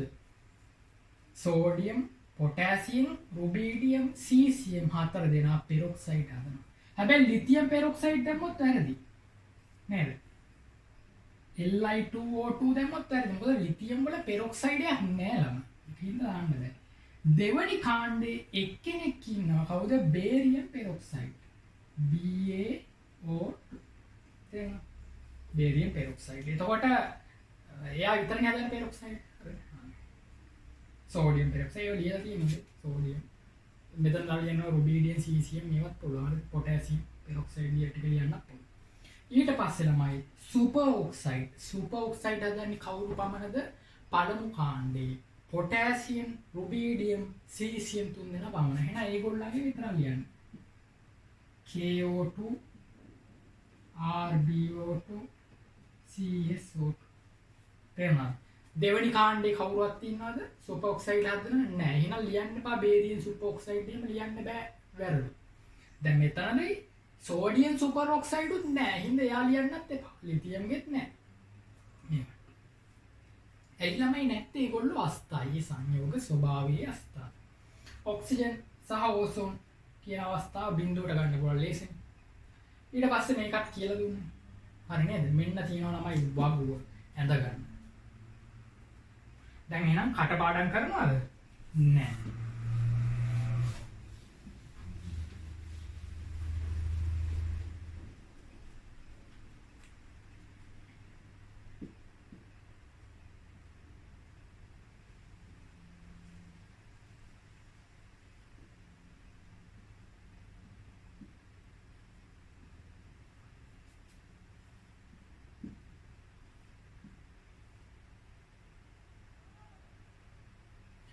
අන්තිමද අමතර අභ්‍යාසයක් ඉදල ඕවල 2 මයිනස් ඕවල 2 මයිනස් අන්ති ඕ එක්කෙනා ඉන්නේ ඉලෙක්ට්‍රෝන දාන්න 8ක් ඍණ දෙක ආරෝපණයක් තියෙනවානේ. ඒ ළමයි 6යි තියාගන්න පුළුවන් 16 ගන්න නිසා වැඩිපුර දෙයක් ඉන්නේ නේද ඉලෙක්ට්‍රෝන දෙක ගන්න ඉන්නේ ඍණ දෙක. O2 වල 2 මයිනස්. එතකොට මෙහෙම තියෙද්දි මේ ආකාරයට ඉන්නේ ඉලෙක්ට්‍රෝන මෙයාට කීයක් තියෙනවද ළමයි? 1 2 3 4 5 6 1 7ක් තියෙනවා. එහෙනම් ඍණ එකක් මෙතෙන්ට එනවා. මෙයාටත් ඍණ එකක්. මේකෙත් 7යි. එතකොට මට කියන්නේ මෙයාගේ මේ ලුයිස් ව්‍යුහනේ නේද? මෙයාට සංප්‍රයුක්ත ව්‍යුහ තියෙනවද? නැහැ. තියෙන එකම ව්‍යුහ මේක. ඒ කියන්නේ ඇතැම් අයට සංප්‍රයුක්ත ව්‍යුහ නැහැ ළමයි. එතකොට සංප්‍රයුක්ත මොහොම මේකමයි. ඔරිජිනල් එක මේකමයි. තේරුණාද? සංප්‍රයුක්ත ව්‍යුහ නැත්තම් සංප්‍රයුක්ත මොහොමත් මේකම නේද? එහෙනම් පැහැදිලි නේද? ඔක්සිජන් වල ඔක්සිකරණාංක කීයද ළමයි මේකේ? ඍණ එකයි මේකේ ඍණ එකයි. මේ පැත්තේ ඉන්නේ දෙන්නම සර්ව සමයි. මෙහෙන් එන්නේ මේ බන්ධනේ සර්ව සමෝ ඉලෙක්ට්‍රෝන බෙදලා තියෙන එක. හින්දා මේකේ ද්‍රව්‍යතාවයක් නැහැ. අන්න එනවා O2 මයිනස්. O2 මයිනස් එන්නේ කොහොමද ළමයි? මෙතන එකයි ඉලෙක්ට්‍රෝනයයි. මෙතන ඉලෙක්ට්‍රෝන දෙකයි. O2 මයිනස් බලන්න ඔත්තේ ගානක් ඉලෙක්ට්‍රෝන තියෙන්නේ. ඔක්සිජන් වලින් 6යි 6 වරක් දෙක 12යි. ඍණ එකත් එක්ක 13යි. 13 දෙකෙන් බෙදුවාම 6.5යි. මෙන්න ඉලෙක්ට්‍රෝන යුගල 6. 1 2 3යි 4යි 5යි 6යි 6.5ට එන තනි ඉලෙක්ට්‍රෝන මෙතෙන්ට දැම්මා. දැන් ආරෝපණය බලන්න මෙතන 1 2 3යි 4යි 5යි 6යි 1යි 7යි වැඩිපුර එකක් තියෙන හින්දා ඍණ එක තියෙනවා. මෙතන බලන්න හොයලා එකයි මේ රේඛාවකින් එකයි ගන්න. එතකොට 1 2 3යි 4යි 5යි 6යි. එහෙනම් මෙතන ආරෝපණයක් නැත. පැහැදිලි. දැන් ළමයි මේ ව්‍යුහේ මෙයාගේ ඔක්සිකරණාංකය කීයද? මෙයාගේ ඔක්සිකරණාංකය මෙහෙන් එන්නේ නැහැ සර්ව සම නිසා. ආරෝපණයකුත් නැහැ. එහෙනම් ඔක්සිකරණාංකය බිඳුවයි මෙයාගේ. මෙතන බන්ධනෙන් එන්නේ නැහැ. මොකද සර්ව සම නිසා සමාන ඉලෙක්ට්‍රෝන බෙදෙන නිසා බන්ධනෙන් ද්‍රව්‍යතාවයක් එන්නේ නැහැ. ඍණ එකක් තියෙන හින්දා මෙයාගේ ඔක්සිකරණාංකය මොකද්ද? ඍණ එකයි. එහෙනම් ළමයි සුපර් ඔක්සයිඩ් වල තියෙන්නේ බිඳුවයි ඍණ එකයි අවස්ථාව. ඊට පස්සේ ළමයි මම අහන ප්‍රශ්නේ මෙයාට මේ ලුයිස් ව්‍යුහනේ සංප්‍රයුක්ත ව්‍යුහ තියෙනවද නැද්ද? මෙයාට සංප්‍රයුක්ත ව්‍යුහ තියෙනවද නැද්ද? තියෙනවා ළමයි. ඇයි මේ ඉලෙක්ට්‍රෝන යුගල මෙතෙන්ට ඇඳලා මේ තනි ඉලෙක්ට්‍රෝන මෙතෙන්ට අඳින්න බැයිද? පුළුවන් නේ.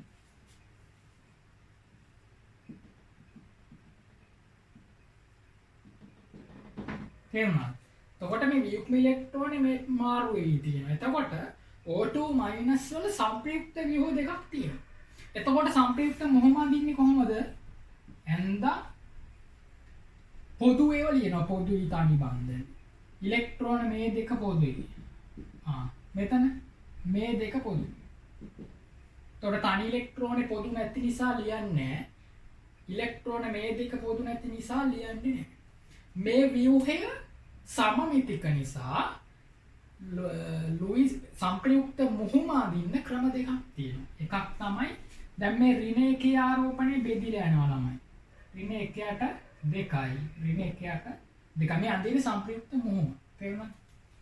අනිත් විදිහට සංප්‍රයුක්ත මොහොම අඳිනවා. ඔක්සිජන් ඔහොම ඇඳලා ඍණ 1යි. මේ ආකාරයට අඳින්නත් පුළුවන් සංප්‍රයුක්ත මොහොම. පොදු ආරෝපණය එළියට අරගෙන මේ ආකාරයට ආරෝපණයේ ලස්සනට බෙදලා දාන්නත් පුළුවන්. මොකද සර්ව සම ව්‍යුහයක් නිසා. සර්ව සම නැත්තන්නේ මේ විදිහට. ඒතකොට බලන්න මෙතන ඍණ භාගයෙන් නෙමෙයි. මෙතන නෑ. මෙතන ඍණ 1යි. කියන්නේ ඍණ 1මයි එකතුව දෙන්නෙක් ඉන්න හින්දා දෙකෙන් බෙදුවාම ඍණ භාගය. මෙතන ඍණ 1යි බිඳුවයි ඍණ 1යි දෙකක් ඉන්න හින්දා දෙකෙන් බෙදුවාම ඍණ භාගය. තේරුණා නේද? ඒ කියන්නේ මෙයාගේ සංප්‍රයුක්ත මුහුණ දැක්කම ඔයාලට තේරෙනවා ඔක්සිකරණාංකයේ ඍණ 0.5යි කියලා.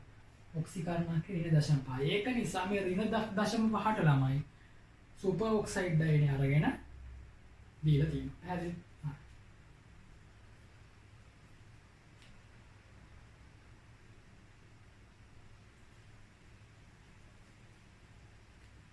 ඔයාලට තව ගන්න පුළුවන් O2+ කියලා අයනිකුත් ඕනනම් ගන්න පුළුවන් නමයි. O2 2+ කියලා අයත් ගන්න පුළුවන්. මේගොල්ලන්ගේ සංප්‍රයුක්ත ව්‍යුහ අඳින්න පුළුවන් ඔයාලට තේරෙනවද? මේගොල්ලන්ගේ සංප්‍රයුක්ත ව්‍යුහ අඳින්න පුළුවන්. මං කියන්නද? මේවා ඇඳ ගන්නකො. මෙන්න මේවා පැත්තක අඳින්න. සටහනක් කියලා හරි දාලා කමන්නේ. මේක ඇඳ ගන්න. මේක ලුයිස් ව්‍යුහේ මේ දෙකෙන් ඕන එක. සංප්‍රයුක්ත ව්‍යුහ කිව්වොත් මේ දෙක. සංප්‍රයුක්ත මුහුණ කිව්වොත් මේ දෙකෙන් කැමති එක. හරි නේද?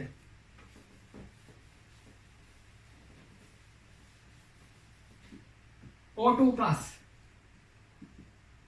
O2+.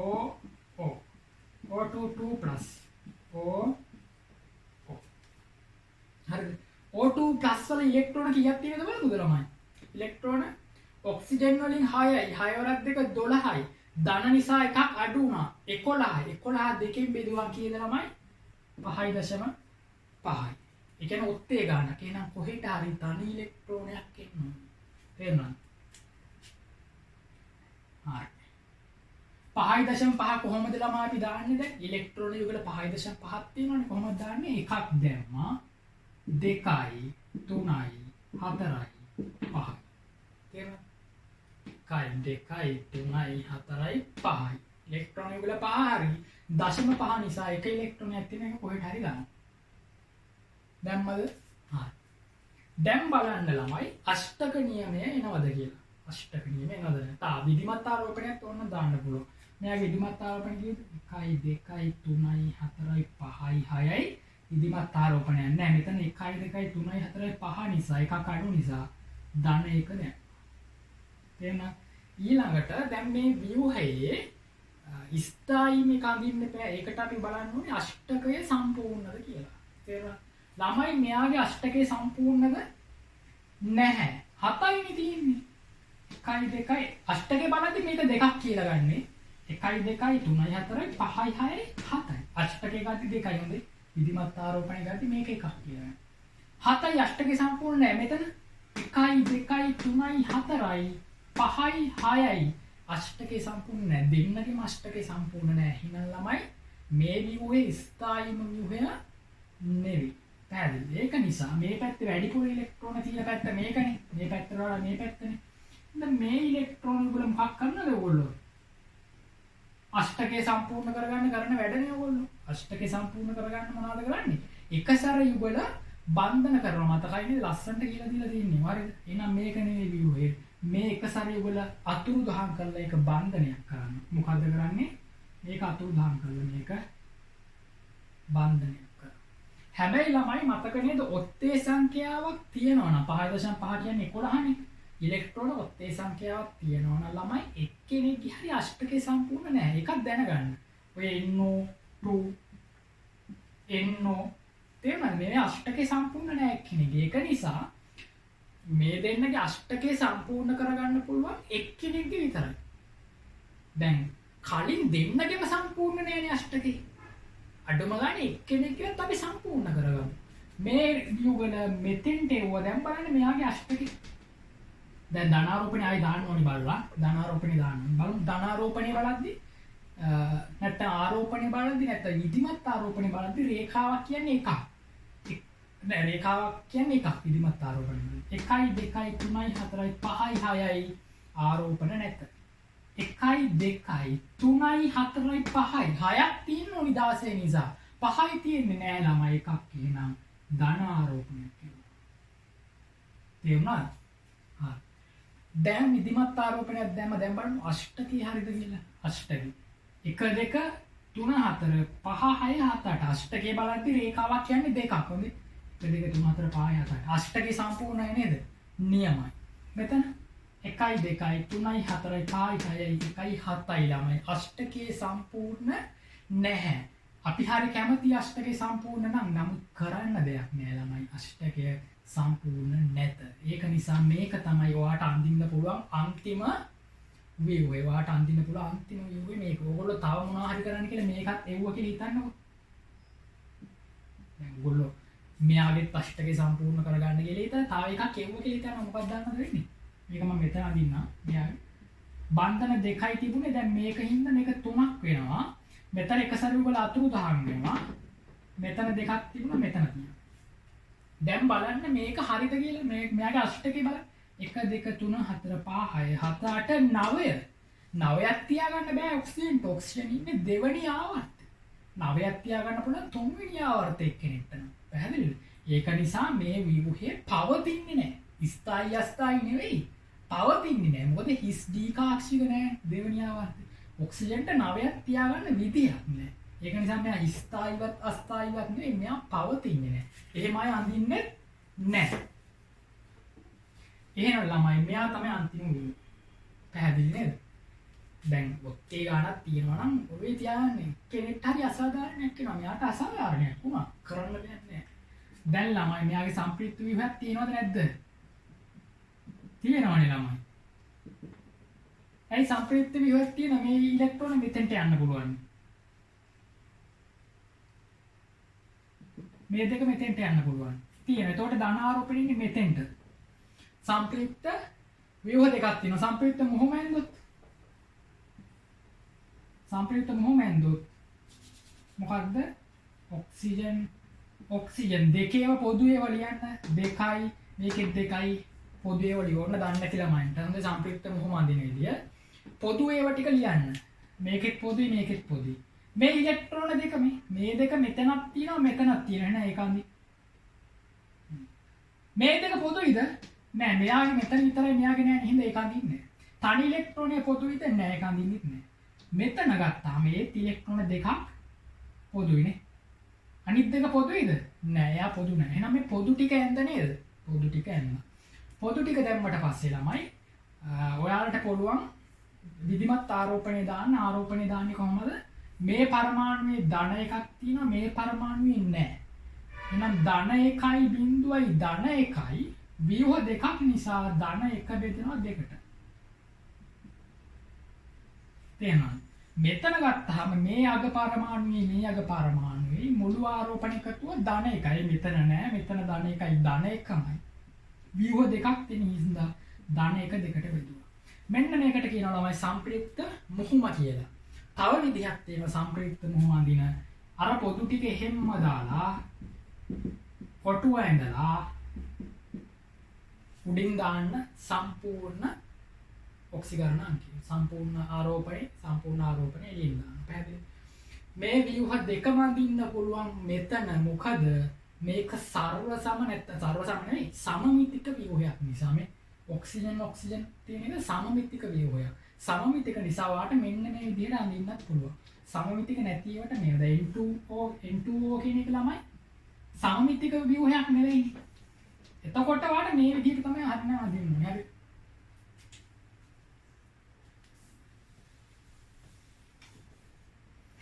එහෙනම් ළමයි මේක අඳින්න. O2+ දැන් O2 2+ අඳිමු. O2 2+ කියවහම ළමයි කීයද ඉලෙක්ට්‍රෝන 6 වරක් 2 12යි. ධන දෙකින්ද දෙකක් අඩු කරන්න 10යි. 10යි දෙකට බෙදුවම කීයද ළමයි? 5යි. ඉලෙක්ට්‍රෝන යුගල 5යි. අඳින්න O ඉලෙක්ට්‍රෝන කීයක් දාන්න ඕනේ යුගල? 5ක් තියෙනවා අපි අතේ. මෙතන යුගල 1යි. 2යි 3යි 4යි 5යි. හරි නේද? දැන් බලමු අෂ්ටකේ. අෂ්ටකේ බලමු. අෂ්ටකේ නේ ඉස්සෙල්ලා විධිමත් ආරෝපණය දාලා ඉමු. 1යි 2යි 3යි 4යි 5යි 6ක් තියෙන්න ඕනේ මාදි. 1යි 2යි 3යි 4යි 5යි 6ක් තියෙන්න ඕනේ මාදි. පැහැදිලි නේද? හරි එහෙනම් මේක තමයි අයනේ. අපි බලමු දැන් මේ අයනේ අෂ්ටකේ හරියද? මෙයාගේ අෂ්ටකේ හරියද ළමයි? නෑ 6යි තියෙන්නේ. මෙයාගේත් අෂ්ටකේ හරියද? 6යි තියෙන්නේ. ඒ හින්දා මේක ලුයිස් ව්‍යුහයක්ද? නෑ. ඔක්සිජන් අෂ්ටකේ පුරව ගන්නයි නඹුරු වෙන්නේ. ඒක නිසා මේ ඉලෙක්ට්‍රෝන යුගලක් මෙහෙට එවන්නේ. කොහොමද ළම අෂ්ටකේ සම්පූර්ණ කරන්නේ? ඉලෙක්ට්‍රෝන බන්ධන කරනවා. මේ ඉලෙක්ට්‍රෝන යුගල මෙතෙන්ට ආවම මේක මකන්න. මේක බන්ධනයක් කරනවා. පැහැදිලි නේද? දැන් විධිමත් ආරෝපණය ආයෙ බලන්න ඕනේ. තේරුණාද? දැන් කලින් ව්‍යුහේ අස්ථායිනේ ඒක අඳින්නේ නැහැ. හරිද? අෂ්ටකේ පිළ නැති නිසා ඒක අඳින්නේ නැහැ. දැන් මේකේ විධිමත් ආරෝපණය බලන්න කොහොමද? 1 2 3 4 5යි 6යි ගොඩ 1 2 3යි 4යි ධන දෙකක් තියෙනවා. තේරුණාද? ඒ ළමයි 6ක් තියෙනුනේ 4යි තියෙන්නේ ධන දෙකක් තියෙනවා. දැන් ඔන්න ව්‍යුහේ ඇඳලා දැන් අපි බලමු මේකත් හොඳ ව්‍යුහයක්ද කියලා. මෙතනින් චෙක් කරමු.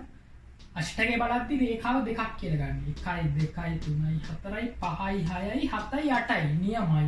අෂ්ටකේ පිරීලා. මෙතන බලමු.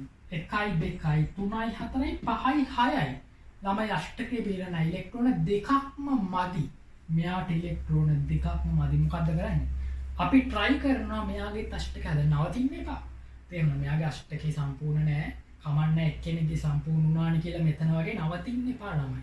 මොකද මෙතන ඉලෙක්ට්‍රෝන යුගල පහක් තියෙනවනේ ඔත්තේ සංඛ්‍යාවක් නෙවෙයිනේ තියෙන්නේ.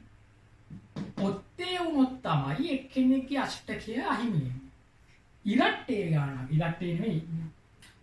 මේ ඉලෙක්ට්‍රෝන ගන්න ඉරට්ටේ තමයි. ඉලෙක්ට්‍රෝන ගන්න ඉරට්ටේ වුණාම ඉලෙක්ට්‍රෝන යුගල ගානට පහක් වෙනවා. එහෙම වුණොත් අෂ්ටකේ හැමෝගෙම සම්පූර්ණ කරන්න උත්සාහ කරන්න. මෙයාගේ අෂ්ටකේ නැති හින්දා මේකත් එවන්න ළමයි. මොකද්ද කරේ? මේ බන්ධන ඉලෙක්ට්‍රෝන යුගල මේ ඉලෙක්ට්‍රෝන යුගල බන්ධන කරා. කොහොමද කරන්නේ? මේ ඉලෙක්ට්‍රෝන යුගල මැකුවා. තව බන්ධනයක් කරා. පැහැදිලිද? දැන් විධිමත් ආරෝපණය වෙනස් වෙනවනේ. ආයෙ බලමු මුලින් ඉඳලා. විධිමත් ආරෝපණය කොහොමද? 1 2 3යි 4යි 5යි ධන එකක් එනවා මදි නිසා මෙතනත් 5යි ධන 6ක් තියෙන්න ඕනේ. 6ක් තියෙන්න ඕනේ. 5යි තියෙන්නේ එහෙනම් එකක් මදි ධන එකක්. හරිනේ O2 2 ප්ලස් වල ධන එක දෙපැත්තට බෙදලා දැන් බලමු අෂ්ටකේ හරියද කියලා. අෂ්ටකේ හරියද?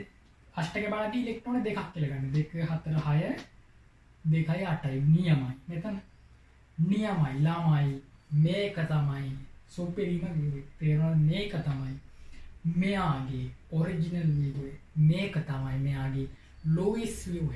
දැන් බලමු සංකෘප්ත ව්‍යුහ තියෙනවද කියලා. මේකට සංකෘප්ත ව්‍යුහ නෑ. මේක තව විදිහට අඳින්න බෑ. ඒ හින්දා මෙයාට සංකෘප්ත ව්‍යුහ නැත. එකම එක ස්ථායි ව්‍යුහයක් පමණයි තියෙන්නේ. ඒ හින්දා ලුයිස් මොහොම සංකෘප්ත මොහොමත් මේකම තමයි. පැහැදිලි නේ? හරි නේද? හරි ළමයි. ඇඳගන්න. ඊට පස්සේ අර O2 මයිනස් දැන්ද වගේ O වල 2 ප්ලස් ඕනනම් අඳින්න පුළුවන්. O වල 2 ප්ලස් අඳින්න පුළුවන්. ඒක එක ඔක්සිජන් වල ඉන්න ඉලෙක්ට්‍රෝන 6යි. 6ක් තියෙනවා. එතකොට ඔක්සිජන් වල 6යිනේ තියෙන්නේ. 6න් ඉලෙක්ට්‍රෝන දෙකක් ගිහිල්ලා. එතකොට ඉලෙක්ට්‍රෝන කීයක් තියෙන්නේ? 4යි තියෙන්නේ. ඉලෙක්ට්‍රෝන කීයද ළමයි තියෙන්නේ? 4යි තියෙන්නේ. එතකොට මෙහෙම තියෙන්නේ. තනි පරමාණුවක් වුණාම ළමයි ලුයිස් ව්‍යුහේ අදිද්දි තනි පරමාණුවක ඉලෙක්ට්‍රෝන තනි තනියෙන් තමයි දාන්නේ සාමාන්‍යයෙන්. තනි පරමාණුවක ඉලෙක්ට්‍රෝන තනි තනියෙන් දාලා තමයි යුගල කරන්නේ. පැහැදිලිද? O2 මයිනස් වල තනි තනියෙන් දාලා 8ක්ම තියෙන නිසා ඊට පස්සේ යුගල වුණාම 2 4ක් එනවනේ. මෙතන ඉලෙක්ට්‍රෝන 4මනේ තියෙන්නේ. 4 තනි තනියෙන් ඉන්නවා. පැහැදිලිද? හරි. එතකොට එයාගේ 2 ප්ලස් එකක් තියෙනවනේ. 6ක් තියෙනවනේ 4යිනේ තියෙන්නේ. එහෙනම් මේ තුනත් අඳින්නේ. එහෙනම් ඔයගොල්ලෝ ලොකු දෙයක් ඉගෙන ගත්තා. හරි. හරි. එහෙනම් දැන් ළමයි අපි B කොටසට. ගොඩක් වෙලා ගියා වැඩේට. හරි. ඊළාට අපි දෙවෙනි පාඩම මතක් කරගත්තා.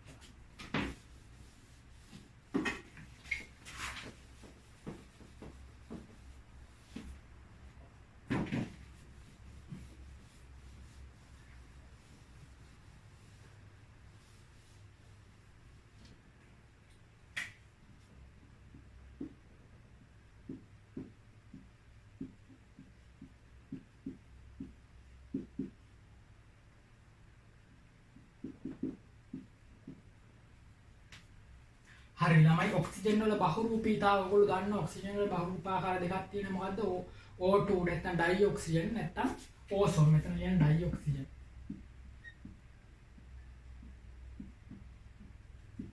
ඔක්සිජන් එහෙනම් අපි ඔක්සිජන් ගැන කතා කරමු ලොකු දෙයක් නෑ ඔක්සිජන් කියන්නේ අවර්ණ වායුවක් අගන්ධ වායුවක් ඒක අවර්ණුනේ වෙලාවට වායු ගෝලයේ විනීත පේන්නේ අපිට ඔක්සිජන් අවර්ණ නිසා අගන්ධ වායුවක් උනේත් වෙලාවට නැත්තම් වායු ගෝලයේ සුවඳක් තිබුණොත් අපිට ජීවත් වෙන්න අමාරුයි. වායු ගෝලයට සුවඳක් නැහැ. ඒකින්ද අවර්ණ අගන්ධ වායුව. ඊපස්සේ ඒක විෂ වායුවක් නෙවෙයි. හරිද? සහ ඔක්සිජන් ළමයි තියෙන්නේ මේ විදිහට. එන්න මේ ආකාරයේ තියෙන දීප්ත බන්ධනයක් තියෙන්නේ. එතකොට ඔක්සිජන් සාමාන්‍යයෙන් ප්‍රතික්‍රියාශීලී ළමයි. ඔක්සිජන් වායුව දැන් නයිට්‍රජන් අක්‍රිය වායුවක් කියලා කිව්වනේ. ඒ නයිට්‍රජන් වල තියෙන ත්‍රිත්ව බන්ධනයනේ. ඔක්සිජන් වල ත්‍රිත්වනේ දීප්ත බන්ධනයක්. ඒකෙන්ද ඒක බින්දින්න පුළුවන්. ඒක නිසා ප්‍රතික්‍රියාශීලී. එතකොට සංයෝගත් එක්ක ඔක්සිජන් ප්‍රතික්‍රියා වෙලා පළ හදනේවට අපි කියනවා ළමයි දහන ප්‍රතික්‍රියාව. ඒ කියන්නේ ගොඩාක් දහන ප්‍රතික්‍රියා වලට ඔක්සිජන් සහභාගී වෙනවනේ. ඒක නිසා ඔක්සිජන් කියන්නේ දහන පෝෂී වායුවක්. හරිද? ඊට පස්සේ ඔක්සිජන් ළමයි ජලයේත් යම් ප්‍රමාණයකට දී වෙනවා. ඒක හොඳයි. මොකද ජලද ශක්තියන්ට ජලයේ දිරවුණු ඔක්සිජන් අවශ්‍යයි. ජලද පැලෑටි වලට ඒක නිසා ඔක්සිජන් යම් ප්‍රමාණයක් ජලයේ දී වෙලා තියෙන එක හොඳයි නේද? එහෙනම් ඔය ටික ලියාගමු. ලියාගන්න ඩයිඔක්සිජන් කියලා එක කියලා දාලා මේක ඇඳගන්න. අපි ඉන්නේ B ඔක්සිජන් වල බහුරූපීතාව. ඒක යටතේ මේක ඇඳලා මේ ව්‍යුහයත් අඳින්න. B හොය ඇඳලා ලියාගන්න. කාමර උෂ්ණත්වයේ අවර්ණ වායුවකි. කාමර උෂ්ණත්වයේදී අවර්ණ වායුවකි. අගන්ධ වායුවකි. කාමර උෂ්ණත්වයේදී අවර්ණ වායුවකි. අගන්ධ වායුවකි. සාපේක්ෂව ඊතා ප්‍රතික්‍රියාශීලීය. සාපේක්ෂව ඊතා ප්‍රතික්‍රියාශීලීය. ජලයේ අල්ප වශයෙන් ද්‍රාව්‍ය වේ. ජලයේ අල්ප වශයෙන් ද්‍රාව්‍ය වේ. දහන පෝෂී වායුවකි. දහන පෝෂී වායුවකි.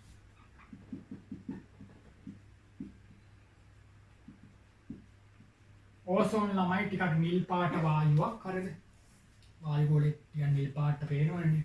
හරි O3 එහෙමයි ගන්න. O3 කිව්වම තමයි මෙයා නිර්ද්‍රව්‍ය යනවනේ. O3 එහෙම නෑ ළමයි.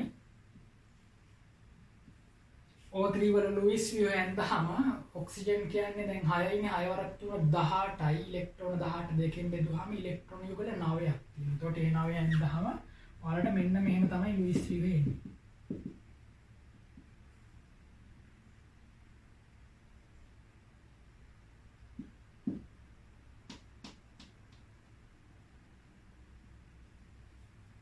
ලුයිස් ව්‍යුහම එන්නේ. එතකොට එයාට සම්ප්‍රයුක්තයෝ තියනවාද? තියෙනවා. මොකද දීප්ත බන්ධනේ එහා පැත්තට යන්න පුළුවන්. ඒක නිසා මෙහෙමත් එනවා.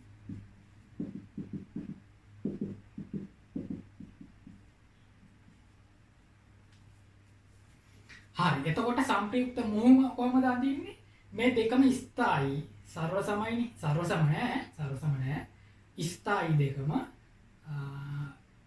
ඊට පස්සේ ස්ථායි නිසා දෙන්නම සම්ප්‍රයුක්ත මුහුමට ගන්නවා.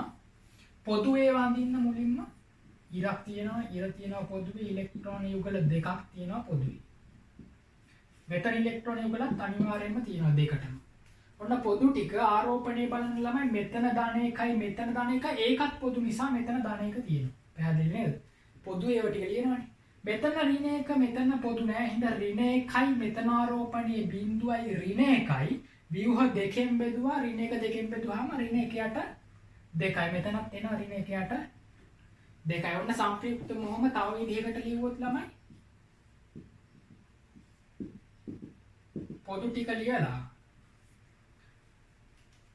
සම්පූර්ණ ආරෝපණය එළියෙන් ලියන. සම්පූර්ණ ආරෝපණය බිඳුවයි නේද? ධන එකයි ඍණ භාගය දෙකයි එකතු වුණාම බිඳුවයි.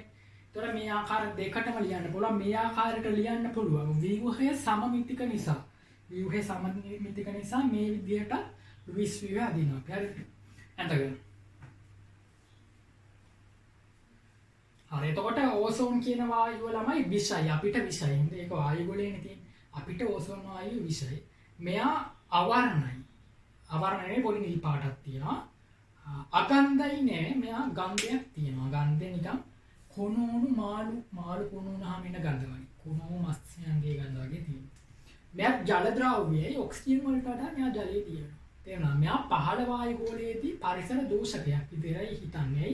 පහළ වායු ගෝලයේ ඕසෝන් තියෙන්න බෑ. මොකද ඒක විෂ වායුව. තේරුණා? ඉහළ වායු ගෝලයේ තමයි තියෙන්න ඕනේ. පාරජම්බෝල කිරණත් එක්ක ප්‍රතික්‍රියා කරනවනේ මෙයා. හරි. අපිට වැදගත් වායුව ඕසෝන් කියන්නේ. ඕසෝන් වියන ගැන අහලා තියෙනවා. නමුත් ශ්වසනයේට සුදුසු එකක් නෙවෙයි. පැහැදිලි? ලියා ගන්න. කටුක ගන්ධයක් ඇති ලා නිල් වායුවකි.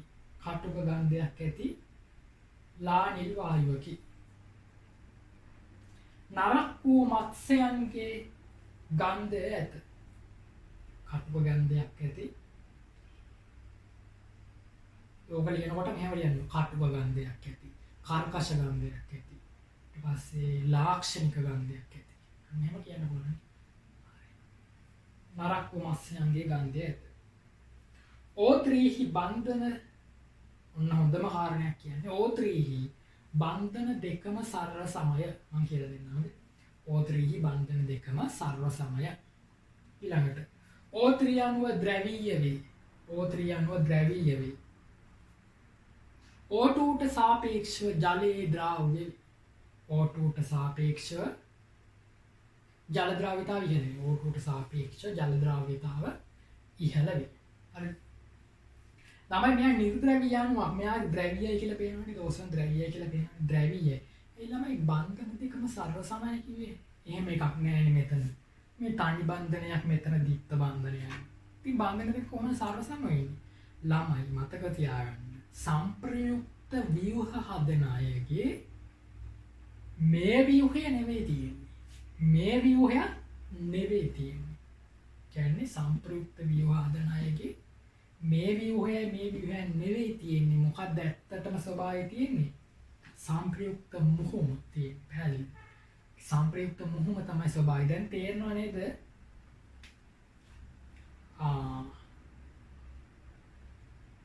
මෙතන තව එකක් කරන්න බැරි වුණා. තේරුණාද? මේ පොදු බන්ධනයේ ඇඳට අනිත් බන්ධනයේ දිත්ත බන්ධනයේ තියෙන නම ඒක කඩේකින් අඳින්න ඕනේ. මෙතන දිත්ත බන්ධනයේ තියෙන ඉන්න කඩේකින් අඳින්න. මෙතනත් එහෙම. මට මතක නැහැ මම කලින් ඒව ඇඳද කියලා මට මතක නැහැ. හරිද? කලින් ඒව ඇඳේ නැහැ මම හිතන්නේ. හරිද? පොදු බන්ධන ටික ඇඳලා ඉතුරු බන්ධන දැන් මෙතන දෙකයි අතන එකයි මෙතන දෙකක් තියෙනවනේ. ඒක නිසා කඩේලයි.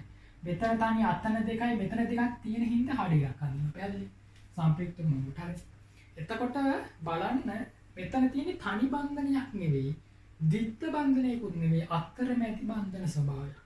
තනි එකක් නෙවෙයි දිත්තත් නෙවෙයි අතරමැදි. එතනත් එහෙම. මේ බන්ධන දෙක දැන් සර්ව සමයි කියලා පේනවා නේද? ඒක නිසා O3හි බන්ධන දිග එක සමානයි ළමයි. ඒක හොයලා තියෙනවා පරීක්ෂණාත්මකව. හරි. මෙතන කෝණය 111.5යි. හරිද? 5.5යි.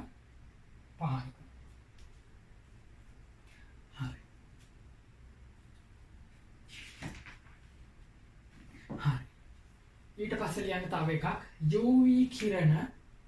UV කිරණ ඇති විට UV කියන්නේ අල්ට්‍රා වයලට්. මේ පාරජම්බුල කියන්නේ UV කිරණ ඇති විට O3 වියෝජනය වී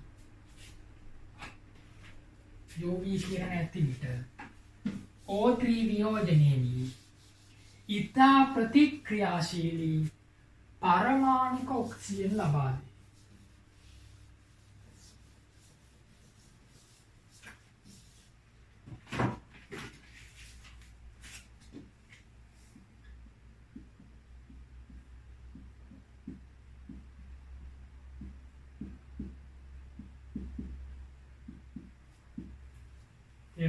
O3 වියෝජනය වෙලා UV කිරණ පතිත වුණොත් එන පාරජම්බුල කිරණ අවශෝෂණය කරගන්න ඕසෝන් මේක කැඩිලා ළමයි ඔක්සිජන් අණුවකුයි පරමාණුක ඔක්සිජන් දෙනවා.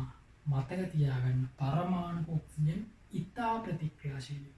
ඒ හැම එකම ඒවට කියන මුක්ත කාණ්ඩක කියලා. දැන් ක්ලෝරින් වලත් ළමයි පරමාණුව ඉතා ප්‍රතික්‍රියාශීලී. ඒකට කියන ක්ලෝරින් මුක්ත කාණ්ඩක කියලා. හරි. හරි. ඒක නිසා ළමයි මෙයා ඉතා ප්‍රතික්‍රියාශීලී පරමාණුක. එයා අනිත් පැත්තත් එක්ක ප්‍රතික්‍රියා කරනවා. හරි. එහෙනම් ලියන්න UV කිරණ ඇති විට ඕසෝන් ඉතා ප්‍රතික්‍රියාශීලී පරමාණු ඔක්සිජන් ලබා දෙයි කියලා මේක ලියන්න.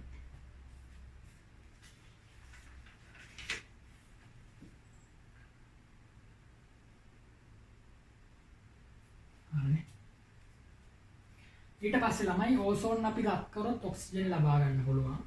හරිද? ඊළඟ වාක්‍ය ලියන්න. ඕසෝන් රත් කර O2 ලබා ගන්න හැකියි.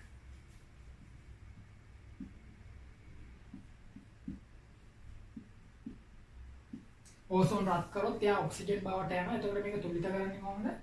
3ක් දාලා මෙතෙන්ට 2ක් දානවා. තේරුණානේ? ඕසෝන් අණු 2කින් ඔක්සිජන් අණු 3ක් දෙනවා. ඒකෙන් කියන්නේ.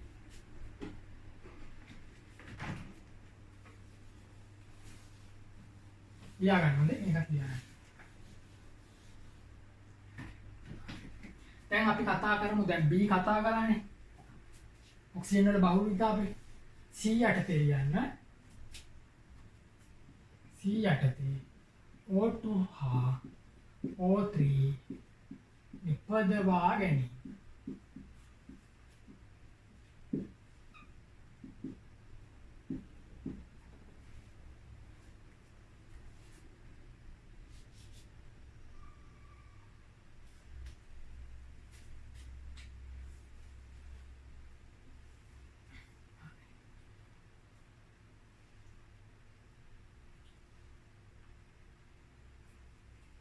හරිනේ. හරි. ඕසෝන් සහ ඔක්සිජන් ඩයිඔක්සිජන් නිපදවා ගැනීමනේ මෙතන තියෙන්නේ. අපි මුලින් ඕසෝන් ගැන කතා කරමු. එයාගේ පොඩ්ඩයි තියෙන්නේ. ඔක්සිජන් ඩයිඔක්සිජන් ගැන ගොඩක් තියෙනවා. හරි. එතකොට ඕසෝන් නිපදව ගන්න පුළුවන් ළමයි දැන් ඔක්සිජන් වලින් පුළුවන්. ඩයිඔක්සිජන් වලින් ඕසෝන් නිපදව ගන්න පුළුවන්. කොහොමද නිපදවන්නේ? ඔක්සිජන් හරහා යවන UV කිරණ. ඔක්සිජන් වලට UV කිරණ නැත්තම් පොලිංගු කීරක් ඇල්ලුවත් හරි. පොලිංගු කීරක් ඇල්ලුවත් වැඩේ කරන්න පුළුවන්. ඒ කියන්නේ ඒ ක්‍රියාවලියට අවශ්‍ය ශක්තිය දෙන්න. එතකොට මෙයාගේ දිත්ත බන්ධනී කැඩෙනවා. කැඩිලා දෙනවා පරමාණු ඔක්සිජන්. පැහැදිලිද? UV කිරණ ඇතුළට ඩයිඔක්සිජන්ගේ දිත්ත බන්ධනී කැඩිලා පරමාණු ඔක්සිජන් දෙකක් දෙනවා. එතකොට එයා මොකද වෙන්නේ? ඉතා ප්‍රතික්‍රියාශීලී නිසා එයා තවත් O2 එකක් එක්ක එකතු වෙනවා. දැන් මේ වැඩේ දැන් ඔක්සිජන් නියදී ඔක්කොම මේ වැඩේ කරන්නේ නැහැ. ඔක්සිජන් කීපයක් තමයි මේ වැඩේ කරන්නේ. එතකොට ඒ ගොඩේ තාම ඉන්නවා ඩයිඔක්සිජන්. අන්නේ ඉතිරි ඩයිඔක්සිජන් එක්ක මේ පරමාණු ඔක්සිජන් ප්‍රතික්‍රියා වෙලා O3 හැදෙනවා නේ. හරි. එහෙනම් ලියා ගන්න C O2 සහ O3 නිපදවා ගැනීම ඒකේ අංක 1 ඕසෝන් කියලා ලියා ගන්න.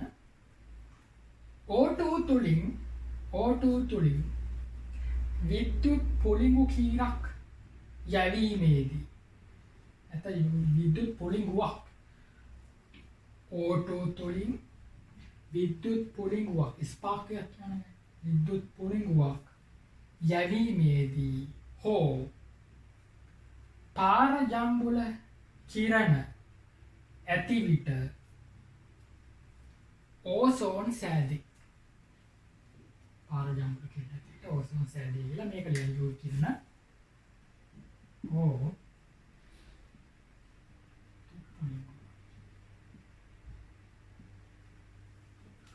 තොර මේක හැදෙන හැටි ලියන්න කිව්වොත් ඔයාලට ප්‍රතික්‍රියා දෙකම ලියන්න වෙනවා. පැහැදිලිද?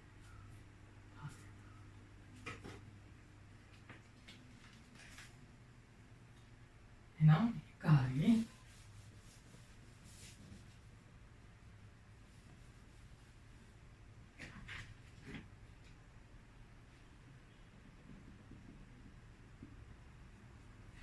ඔක්සිජන් හදන ක්‍රම තියෙනවා නම් දැන් කාර්මික ඔක්සිජන් හදන්නේ ද්‍රව වාතයේ භාග්යික ආසවන කියන ක්‍රියාවලිය. නැත්තම් අපිට දැන් කාර්මික ඔක්සිජන් හදන්න ක්‍රමේ අපිට දැනගන්න ඕනේ. නමුත් පරීක්ෂණාගාරයේදී ඔක්සිජන් ඕනේ නේද අපිට? පාසල් පරීක්ෂණාගාරයේදී මොකක් හරි පරීක්ෂණයකට ඔක්සිජන් ඕනේ නේද? අන්න ඒ වෙලාවට ඔක්සිජන් හදාගන්න ක්‍රම තියෙනවා. අන්න ඒ ටික දැනගන්න ඕනේ. හරි. හරි. එතකොට මෙතන සමීකරණ කියන්නේ ප්‍රතික්‍රියා ගොඩාක් තියෙනවා. හරි.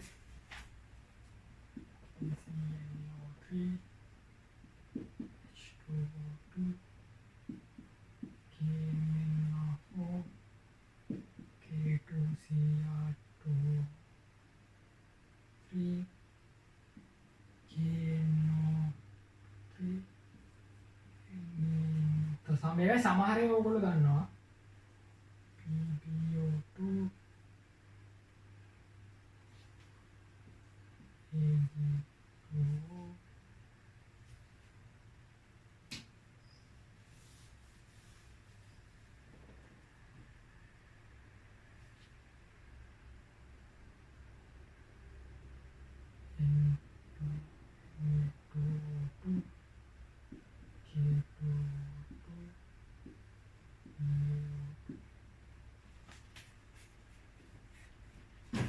මෙහෙමයි හරිද? මේ තුන යටට දාන්න. මෙහෙම අඳින්න මේ ටික ලියලා මේ තුන යටින්. හරි මට අර ඉඩ මදුන් හින්දා මේ වැඩි උනේ. හරි තුලිත කරමුද? මේවට කියනවා තමයි තාප වියෝජන ප්‍රතික්‍රියා කියලා. මේ ඔක්කොම ගන්න පුළුවන් ඝන තත්ත්වයෙන්. හරිද? සමහර අය නම් බෑ H2O2 න ලික්විඩ් එක තමයි ගන්නෙ. අනිත් අය ඝන ගන්න. හරිද?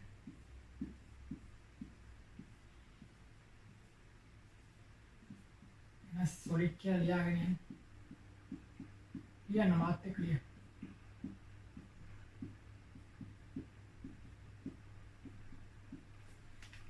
හරි. මෙතනින් පටන් ගත්තේ දෙන්න අර පටන් ගමු. KClO3 රත් කරාම ළමයි KCl ධන O2 පිට වෙනවා. එතකොට මේ ඝණය රත් කරාම යාගේ ඝණය රත් කරාම මේ ඝණය හැදිලා ඔක්සිජන් වායුව මුක්ත කරනවා. එතකොට ලේසියෙන් ළමයි ඵලය ඝණයක් වුණා වාසි පිට වෙන වායුව එකතු කරගන්න පුළුවන් ජලය යටික විස්ථාපනය එකතු කරගත්තාම ඔක්සිජන් ලබා ගන්න පුළුවන්. හරි. මේක තුලිත නෑ නේද? මේකට දෙක දැම්මා, මෙතෙන්ට දෙක දැම්මා, මෙතෙන්ට තුන දැම්මහම තුලිතයිනේ. හරි. H2O2 ගැන අපි කතා කරනවා. H2O2 ගැන කතා කරනවා හයිඩ්‍රජන් පෙරොක්සයිඩ් ගැන. එතකොටත් මේක කියලා දෙනවා. යා රත් කරාම ළමයි නියෝජනය වෙනවා H2O ධන O2. ඒකට එකක් තුලිත නෑනේ. මෙතෙන්ට දෙකක් දැම්මහම මේක තුලිතයි. හරි. KMnO4 potassium permanganate ගොඩක් වැදගත්. මොකද අපි ඉස්කෝලේදී මෙයා තමයි ගොඩක් කරලා පාවිච්චි කරන්නේ. ඒක මතක තියාගන්න. potassium manganate හැදිලා MnO2 හැදිලා O2 පිට කරනවා. දැන් මේවා පාඩම් කරගන්න ඕනිමයි. තේරුණාද? KMnO4 රත් කරා දෙන්නේ නැහැ. potassium permanganate දානම් potassium manganate දාන manganese dioxide දාන ඔක්සිජන් මේක තුලිත ගන්න හරිය ලේසි ළමයි. potassium දෙකක් තියෙන හින්දා මෙතෙන්ට දෙකක් දාන්න. එතකොට manganese උත් දෙකයි මේක හරිනේ. manganese එකයි manganese එකයි manganese දෙකයි නේද? එහෙනම් manganese තුලිත ඔක්සිජන් බලන්න අතපැත්ත 8ක් තියෙනවා. මෙතන 4යි 2යි 6යි 2යි 8යි හරිය ලේසි. අතෙන්ට දෙකක් දැම්ම විතරයි. මේක සේව වෙනවානේ. sorry potassium dichromate sodium dichromate උනත් පුළුවන්. potassium dichromate රත් කරාම ළමයි potassium oxide හදනවා. potassium oxide හදලා chromium ගේ Cr2O3 කියන ඝණය හදනවා. මෙයා නිල් පාට ඝණයක්. Cr2O3 හදනවා. නිල් පාටේ කොළ පාට. ඊට පස්සේ ඔක්සිජන් පිට වෙනවා. හරි. බලන්න තුලිතයිද කියලා. potassium දෙක හරි chromium දෙක හරි ඔක්සිජන් 7යි මෙතන 3යි 4යි 5යි 6යි තියෙන්නේ. නිසා මේක දෙක කරා. මේක දෙක කරා. මේකත් දෙක කරා. දැන් බලන්න. ඔක්සිජන් 14ක් තියෙනවා. තුනක් දෙක 6යි. දෙකයි 8යි. 6ක් නෑ කියන්නේ මෙතෙන්ට තුනක් දැම්මම. දැන් අය නම් දන්නවා potassium nitrate රත් කරාම පළවෙනි කාණ්ඩේ nitrate රත් කරාම කොහෙටද ළමයි යන්නේ? nitrite එන් නවතිනවා. මතකයි නේද ප්‍රතික්‍රියාව? එක තුනට ගන්න මෙතෙන්ට දෙකක් දැම්මම හරි. sodium nitrate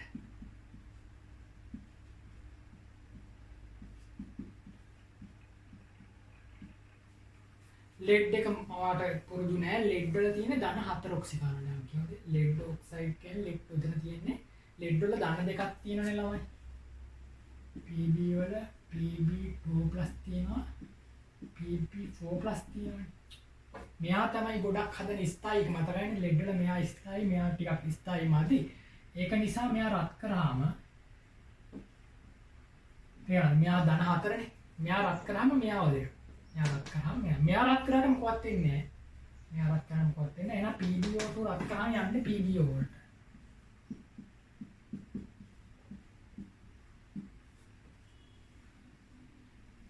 හරි. සිල්වර් ඔක්සයිඩ් සිල්වර් රසායනය වෙනම උගන්වනවා.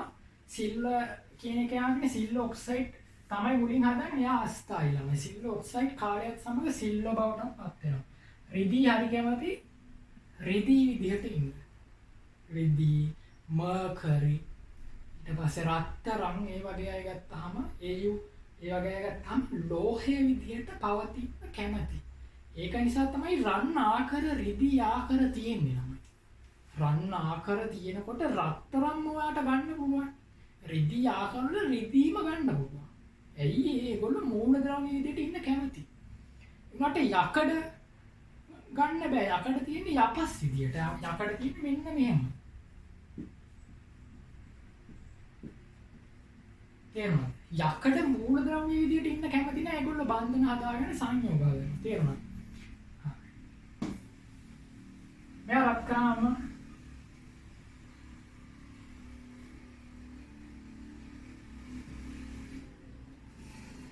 අනේ හරි. මේ අමතර කරුණු එහෙම අවශ්‍ය නම් ලියා ගන්න මම නම් ලියා ගන්නවා. උඩ අය මොනවද ළමයි? BaO2 කියන්නේ බේරියම් පෙරොක්සයිඩ්. පෙරොක්සයිඩ් රත් කරාම මතකයි නේද? ඔක්සයිඩයයි ඔක්සිජන් පිට වෙනවා. BaO ධන O2 gas K2O ගන්න. මෙතන පෙරොක්සයිඩ් ඉන්නනේ මෙතන රුබීඩියම් සීසියෙන් ගන්න පුළුවන්. K2O sorry ධන O2 gas මේක තුලිත කරන්න දෙකක් දැම්මා. දෙකයි සෝඩියම් ඔක්සයිඩ් ධන O2 gas. පැහැදිලිද? සුපර් ඔක්සයිඩ්ත් ආශන ගන්න පුළුවන්. සුපර් ඔක්සයිඩ් ගත්තාම පොටෑසියම් සෝඩියම් නෑනේ පොටෑසියම් රුබීඩියම් සීසියම් වගේ තමයි ගන්නෙ. ආශන ඒකට ලියන්න. මේ ටික ලියා ගන්න. තනියෙන් කරන්න දැන් ඔළුවට ගියානේ. ඒකින්ද මේ ටික තනියෙන් පුරවන්න. නැකුවා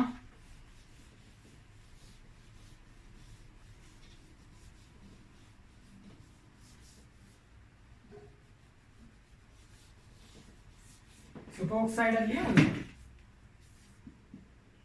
CO2 K2O ධන O2.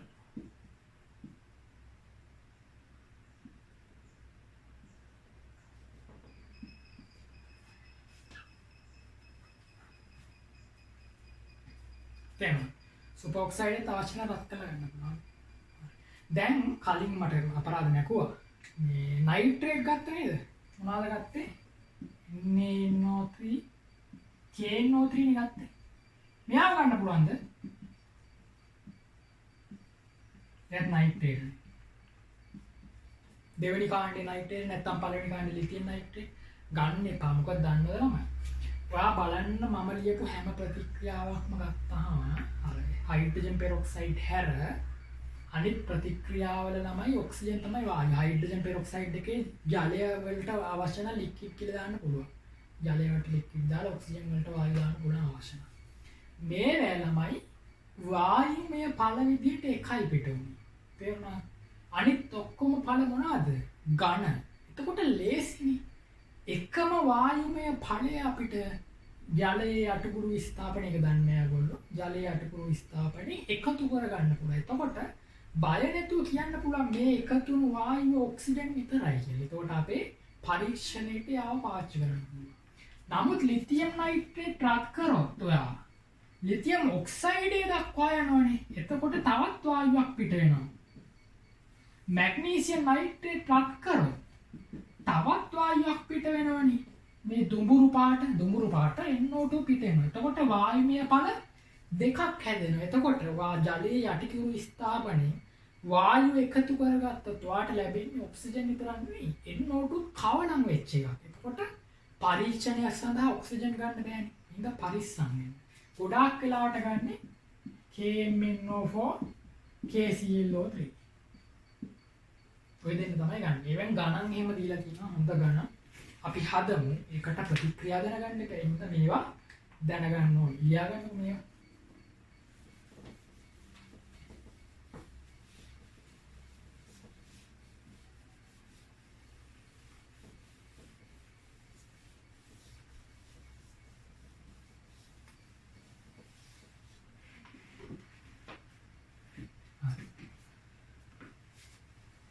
ඔය ටික ලියාගෙන ලියන්න අර කාර්මිකව නිපදවන එක ලියන්න. යටින් පොඩි තරුවක් දාලා ලියන්න. තාම අපි ඉන්නේ දෙවෙනි කොටසේ. ඔක්සිජන් නිපදවීම තරුවක් දාලා ලියන්න. O2 කාර්මිකව නිපදවීමේදී ද්‍රව වාතය භාගික ආසවණය කර. දන්නේ නැහැ ඔයගොල්ලෝ. ෆ්‍රැක්ෂනල් ඩිස්ටිලේෂන් කියලා කියන්නේ. මේක දන්නේ නැහැ ලියන්න. ද්‍රව වාතයේ භාගික ආසවණය කර ඔක්සිජන් ලබා ගනී. ඔක්සිජන් කාර්මිකව නිපදවීමේදී ද්‍රව වාතයේ භාගික ආසනය කර ලබා ගනී. එන සටහන ලියගෙන සටහනේ මාතෘකාව ද්‍රව වාතය භාගික ආසවණය. ද්‍රව වාතය භාගික ආසවණය.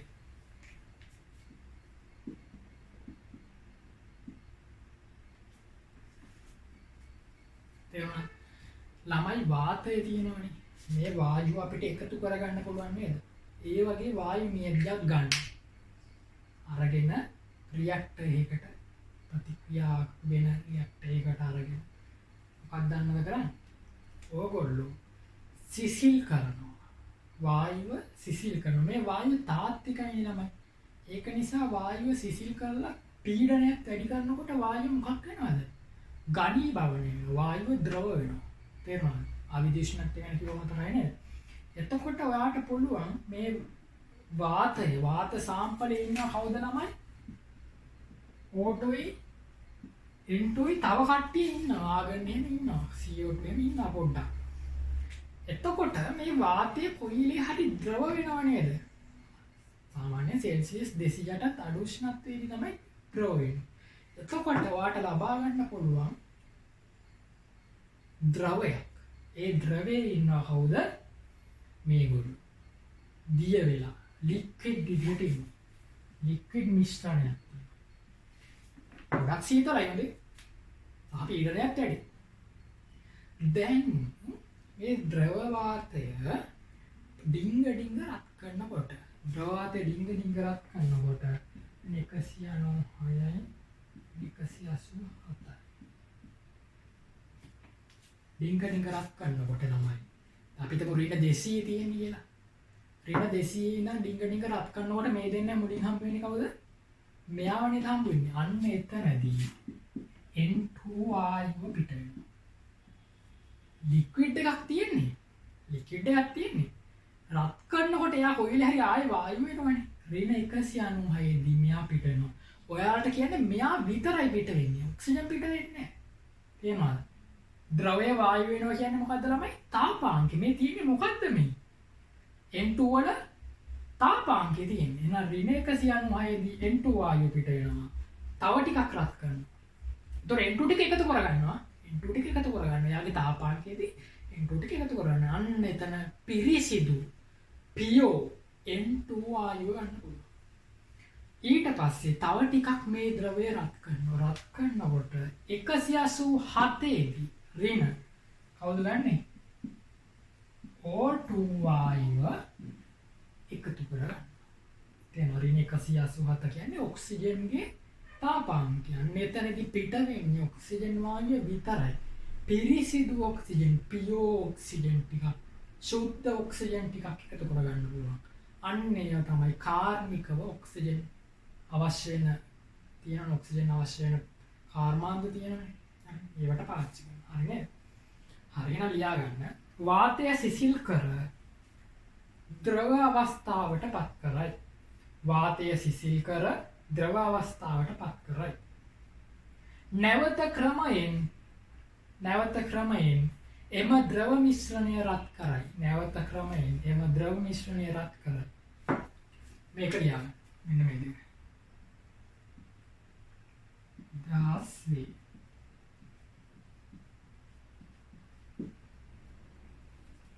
නිදහස්